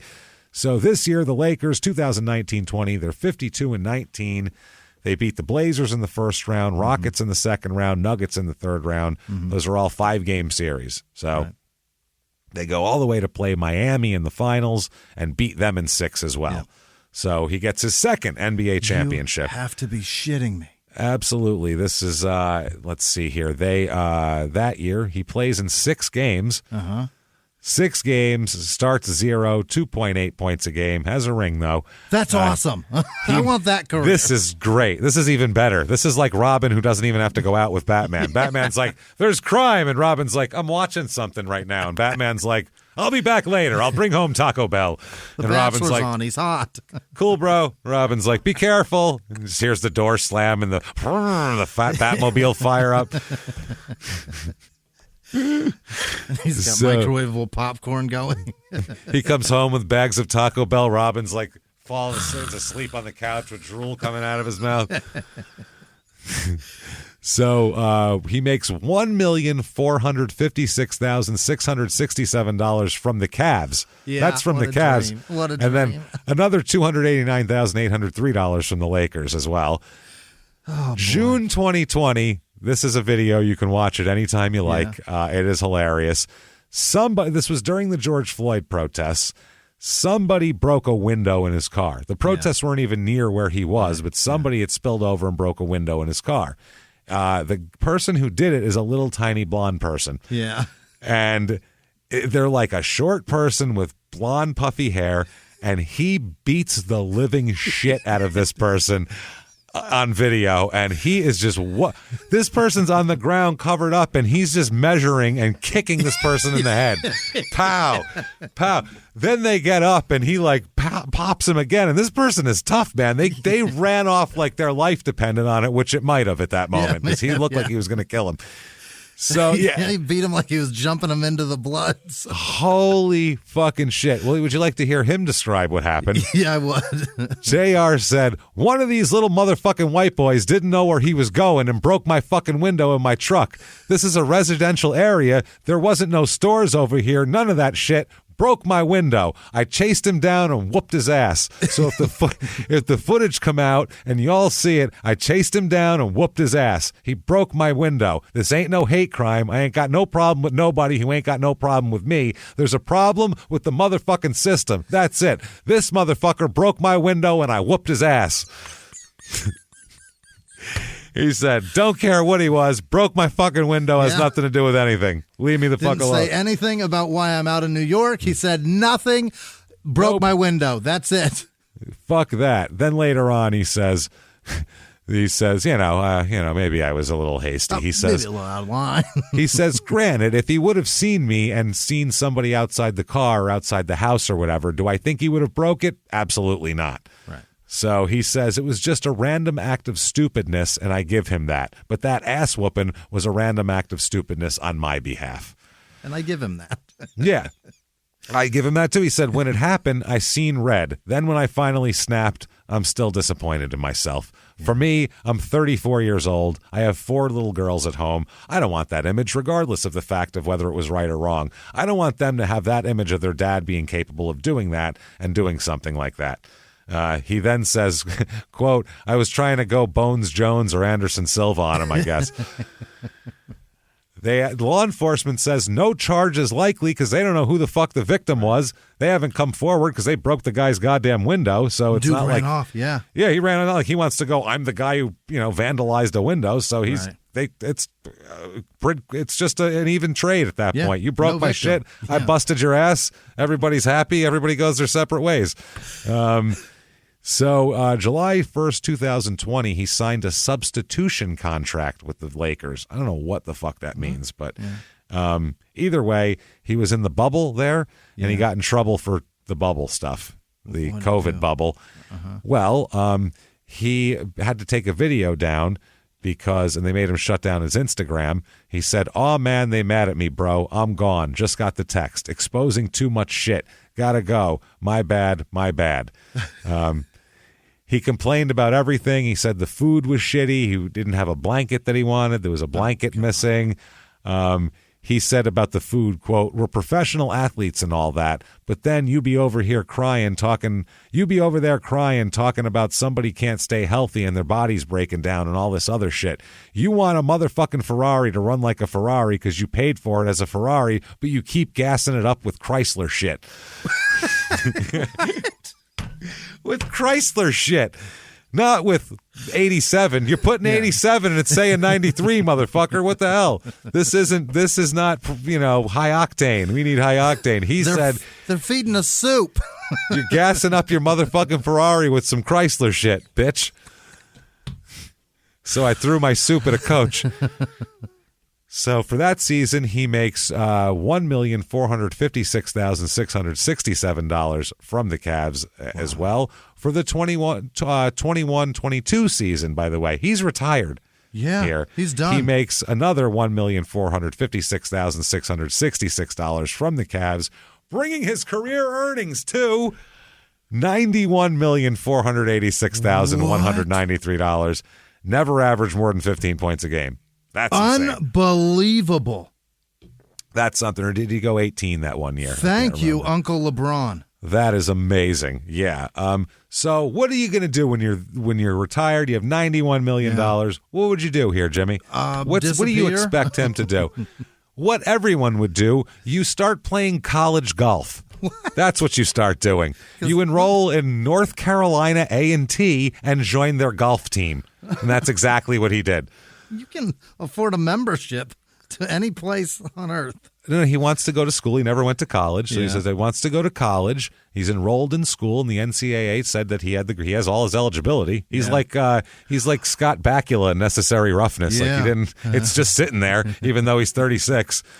So he did it. He said golf is one of those games that has you feeling really high or can bring you down to your knees and humble you.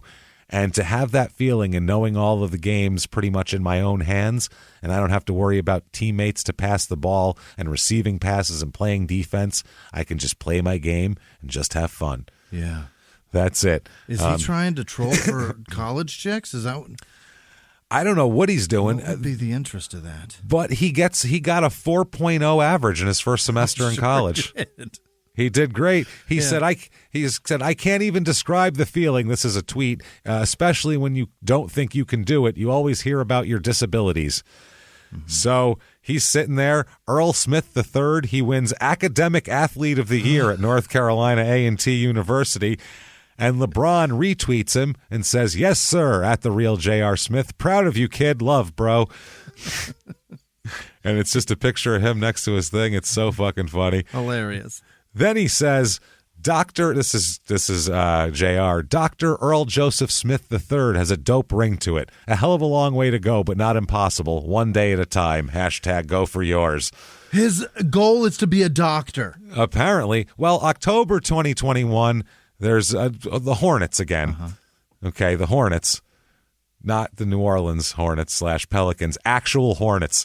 He's attacked by a swarm of Hornets. I'm not shitting you. Where the hell did he find this? On the golf course. He's in Burlington, North Carolina, and apparently he's out on I don't know where the fuck he was, but he was on the 12th hole on the Elon Phoenix Invitational at the Alamance Country Club when he stepped on what looked to be a nest and got swarmed by fucking... they don't know if they're wasps or hornets, but I'm going with hornets because that would be hilarious. That's great, yeah. We're going with hornets, and he did that. He continued his round after that, after being stung by hornets, and finished 81st out of 84 people, so that's not great. The hornets really brought him down. That's what I'm saying. Can't get enough of J.R. Smith. Wow. I honestly can't. I want more, but I don't want bad things. I don't want this to be like the last few weeks. I don't want it to be like this. I just don't. Please. He's going to throw soup in somebody's face. Oh, God, it's going to be terrible. Can't get enough. Watch him golf. That's all. Yeah. Watch him golf. Watch some old highlights. Do whatever you got to do. There's tons of jerseys of his, too, out there for the several teams he played for. Pretty cool. You can get all those autographs. Go to YouTube and watch him beat the shit out of somebody unknown. What? Yeah, it's on just everywhere. J.R. Smith beatdown. You look it up on just Google, it'll come up right away, the TMZ video. It is wild stuff. So do all of that. Check that out. And most of all, if you enjoyed the show, tell everyone about it. Tell the world. Tell anybody you know and the rest of the people you don't know by giving a review. Leave 5 stars wherever the hell app you're listening on. It helps a lot. Trust me. Helps drive us up the charts, and I don't know what the fuck else it does. I don't control that shit, but just do it. Thank you. We appreciate it. That also, follow us on social media at Crime and Sports on Twitter and Facebook, at Small Town Murder on Instagram, and head over to shutupandgivememurder.com where you can get everything, all your merchandise, everything like that. You can also get your tickets to live shows.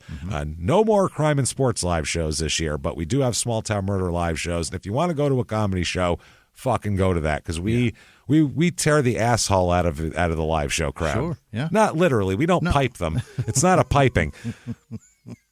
But you're going to feel good afterwards in a good way. It's not a Big Al's, Big Earl's. No. It's not Big Earl's proctology. That's not what it is. Proctological center.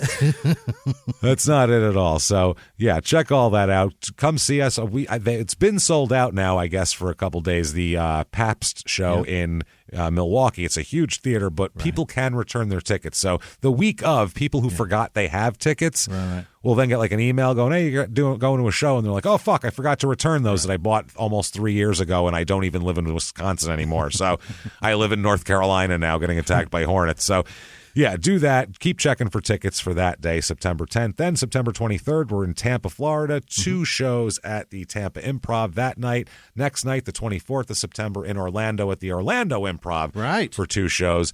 Get your tickets to those. Also, a few tickets have opened up to the Austin, Texas show in November. Right. So get your tickets there as well. And come see us. We can't wait to see you at a live show. Patreon.com/crimeinsports. You get all the bonus stuff.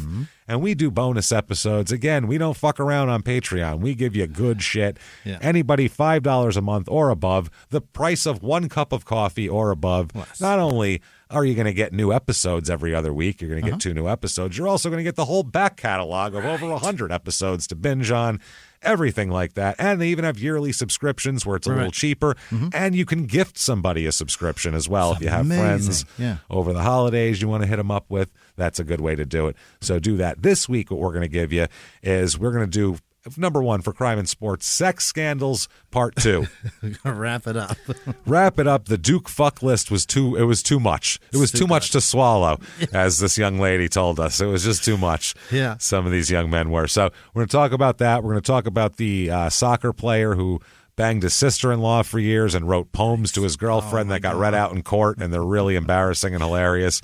And Tony Parker banging Brent Barry's wife, and there's a couple other ones in there we'll talk about, all that shit. And then for Small Town Murder, we're going to talk about the Zodiac Killer, specifically the last few years' suspects, starting with this documentary on Netflix where this guy thinks his father is the Zodiac Killer. He wrote a book about it and all these connections. It can be no one else until you actually go into things and go, none of that stuff connects. Until it's somebody else. It's definitely someone else. So we'll talk about how that's not the guy, and then we'll also talk about kind of what the theories are on who is, because they think they have better ideas now.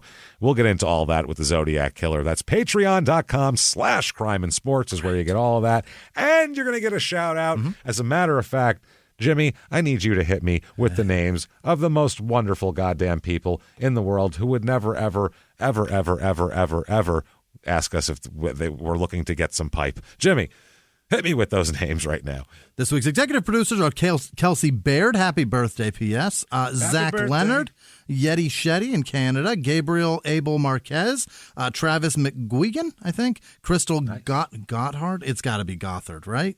Not Gotthard. Goddard? Or maybe Goddard. Goddard. That's possible. Or maybe it is Crystal Gotthard. How about that? Crystal got hard. Cool. Other producers this week are Maria Kipsusley, whose divorce is final. Congratulations. Hey. Booger Johnson, Shitta Perlman, Liz Vasquez, Peyton Meadows, Richard Leroy Johnson.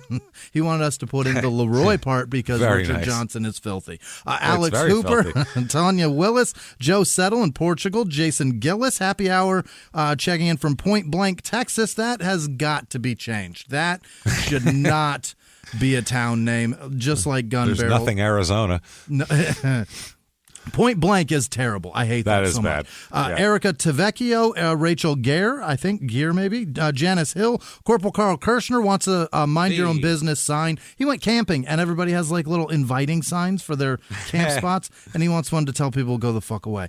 Jesse, we have them. Do we have them? Check. I think check. so. Carl. Jesse the Body Ventura, Brittany Caputo, and her Scarlet Horbies. Oh, good. That's good to know. Nancy Weaver, Jeremiah Bueller, Susanna Platt, Jenny Linen, Madison Lopnow, I think, Amanda Hop, April Chanel, maybe, Kevin Bottomfritz, Jesus, Brock Barrett, Phil Novak, Brittany Young, Calvin Ode, Tracy Buchneck. Oh, boy, not happening. Andy Schwartz, Leah Pitt, Amanda Carrington, Jennings Sanders, Hubert Cumberdale, Josh with no last name, Felicia Richardson, Glenn Lyle, J.H., Griffin Gastel, Tiara Walker, Tiara maybe, Leah Kassar, Don the Donkey Hammer Teeter, what? Julie. Very nice. Is that a wrestler? I don't know. Julie Croft. About Donkey Cocks. There he is, the Donkey Hammer. Small Town Murder, yeah. Yikes. Julie Crow, maybe. Joseph Scott, Adelina. Adelina, I think that's right. Elizabeth Glenser, Andrew Schultz, probably not. Cheryl Carmer, Amanda Hood, that's Joe Barty, Jill Gretzky, Jesse Rowland, Eric O'Malley, Karen Wake. Waukee, maybe. Sarah Ehlers, Ehlers, probably. Amelia, nope, that's Emily. Emily Boyle, Jameel Parker, Adrian. This is how I read PS. I go, maybe that's the word. Adrian with no last name. Antonio. Through it, real time. So I read books, too. Antonio Verdi. He does not read books, by the way. That's a huge fucking lie. This is why I don't. That's more accurate. Because this is how I read books. Jared Edwards, Jason Barron, Tony Bowler, James Darley, Kyle White, Hannah Ford, Tom Fearon, I think, Madison Tamici, Chelsea Huntley, Joseph Potter, Kyle Wilson, Autumn Stacy, Tony Lynn, Maria T, Elizabeth Dillon, JPB Gerald, Sandra Garza, Shelby Potter, Lisa Cook Persons, Vanessa Andrade, Georgia Pedgen. Oh boy, Maya Tua Tiamosha. That's not right. I'm so sorry. You had no confidence in that. None, not a bit of it. Lauren Forey, Monty Pastrami nips. Evidently everybody's got some sort of cold cut nips. Very nice. That's good to know. Call me back when someone has Sopressetta nips and we'll talk about it. Really like a Sopressetta. Connie Pokanese, Jesus. Christina with no last name. Tom with no last name. Molly Horan, oh boy. Bear Honeywell, Carolyn Mockenhopt. What? Yeah, Chelsea H, Alexis Matichuk. She making motors or something? Kathleen Molka. These last names are brutal. Supporter of human rights. 12-valve. It's a 12-valve Mockenhopt over here. We had it put in last week. It's going to blow these motherfuckers off the line, man. Ethan Blankenship, Quincy Jamagwat, Jom Kachian. That's not a word. Katie with no last name. No, it's a name, not a word. Jennifer with no last name, Marcus Patton, Victoria Bierschmidt, Elizabeth Dufer, Tracy Hausen, Christina Perez, D. Hernandez, C. Ellis, Heather Barker, Quabian Barbary, Corey Hopkins, Alexis Mott, Jesse Davis, Deanna Hughes, Jerusha Warner Green, Jessica Gray, Crystal P, Helen Higginbottom, Tatiana with no last name, Olivia Gilliam Smith, Dallas Smith, CJ Buford, Jamie Bacciacci, PJ Lewis, Jillian McGowan, Zoe Consul, Allison Allenson, Coons with no last... Wait, that's a last name. Amanda Morris. Daniela Anarella. Riley Renser. Busselman. Mackenzie with no last name. Heather Perel. Graham Oatkin, Sam Phillips, Josh Smith, Rebecca Morris, Etienne Peralt, Valerie Brophy, Jim and Lisa Weigert, Kaylee Morgan, Megan Rance, Jesus Christ, Neil Hazelton, Anthony Nash, Nate Spolman, Rebecca Medina, Matt Still, Michelle Zabin, Janie Snodgrass, Catherine Thompson, Michael Johnson, Chase Skibiditsky. That's an easy one. That's a gimme. Chase Skibiditsky, Jennifer Vogel, Danielle Kugler, Steph Jennings, Naomi Effinger, Ryan Riley, Megan Byers, Terrence Jones, Sabrina Scarborough, Marshall Long, Michael Gaffney, Fedora 0521, 010. What? Nope. I don't know numbers either. I don't do numbers. Christopher Cullen, Autumn Terea, Michael Huff, Jacob Graves, Jerome with no last name, Cargo Brooks, Tim Shepard, Sophia Monroy, Duke Rendern, Nicole Tullis, Rick Williams, Reagan Thorpe, Marceline Guyette, Lizeth Romo, Bailey Schwan, I think, Daniel Harris, Carrie Brockman, Andrew Sabalta, Arfie 720, Corey with no last name, Josh Fortis from Mesa, Michael McCarthy, Ashley Meyer, Lucas McBean, Isabel Greenwood, Kristen Griffith. Isabel Greenwood. Tracy Eaton, Adiana, with no last name, Catherine Siv, Aaron Krause, Kiefer Cowley, Cameron Wamsley, Thomas Wiffle of the Wiffle Bats, I imagine. Right? It's got to be Wiffle. That's a fortune. Wiffle fortune, man. I've given them so much money. My own. Grayson Wright, Nicholas Smith, Michaela McCone, Luca Excel, Joanna Phillips, Robert Bailey, Will Phillips, Pamela Roberts, Heather H., Bryn Lukert, Brett Brewer, that's a rough one, Matthew Harrington, Ashley Nelson, happy birthday, April with no last name, Kyle Haw, and Simon Miller, and all of our patrons. You guys are incredible. Thank you so much, everybody, for all. God damn it, you people are awesome. Thank you so much. Good.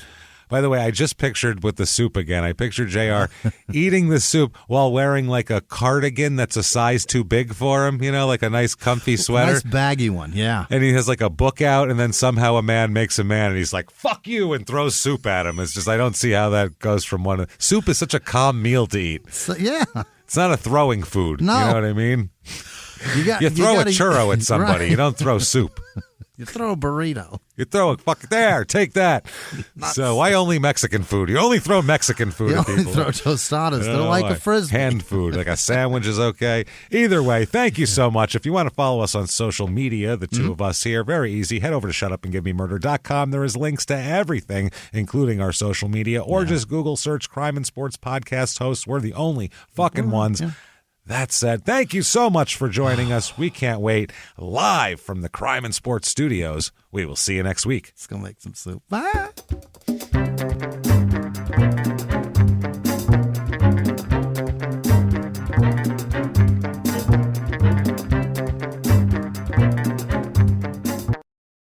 If you like Crime and Sports, you can listen early and ad-free now by joining Wondery Plus in the Wondery app or on Apple Podcasts. Prime members can listen early and ad-free on Amazon Music. Before you go, tell us about yourself by filling out a short survey at Wondery.com/survey.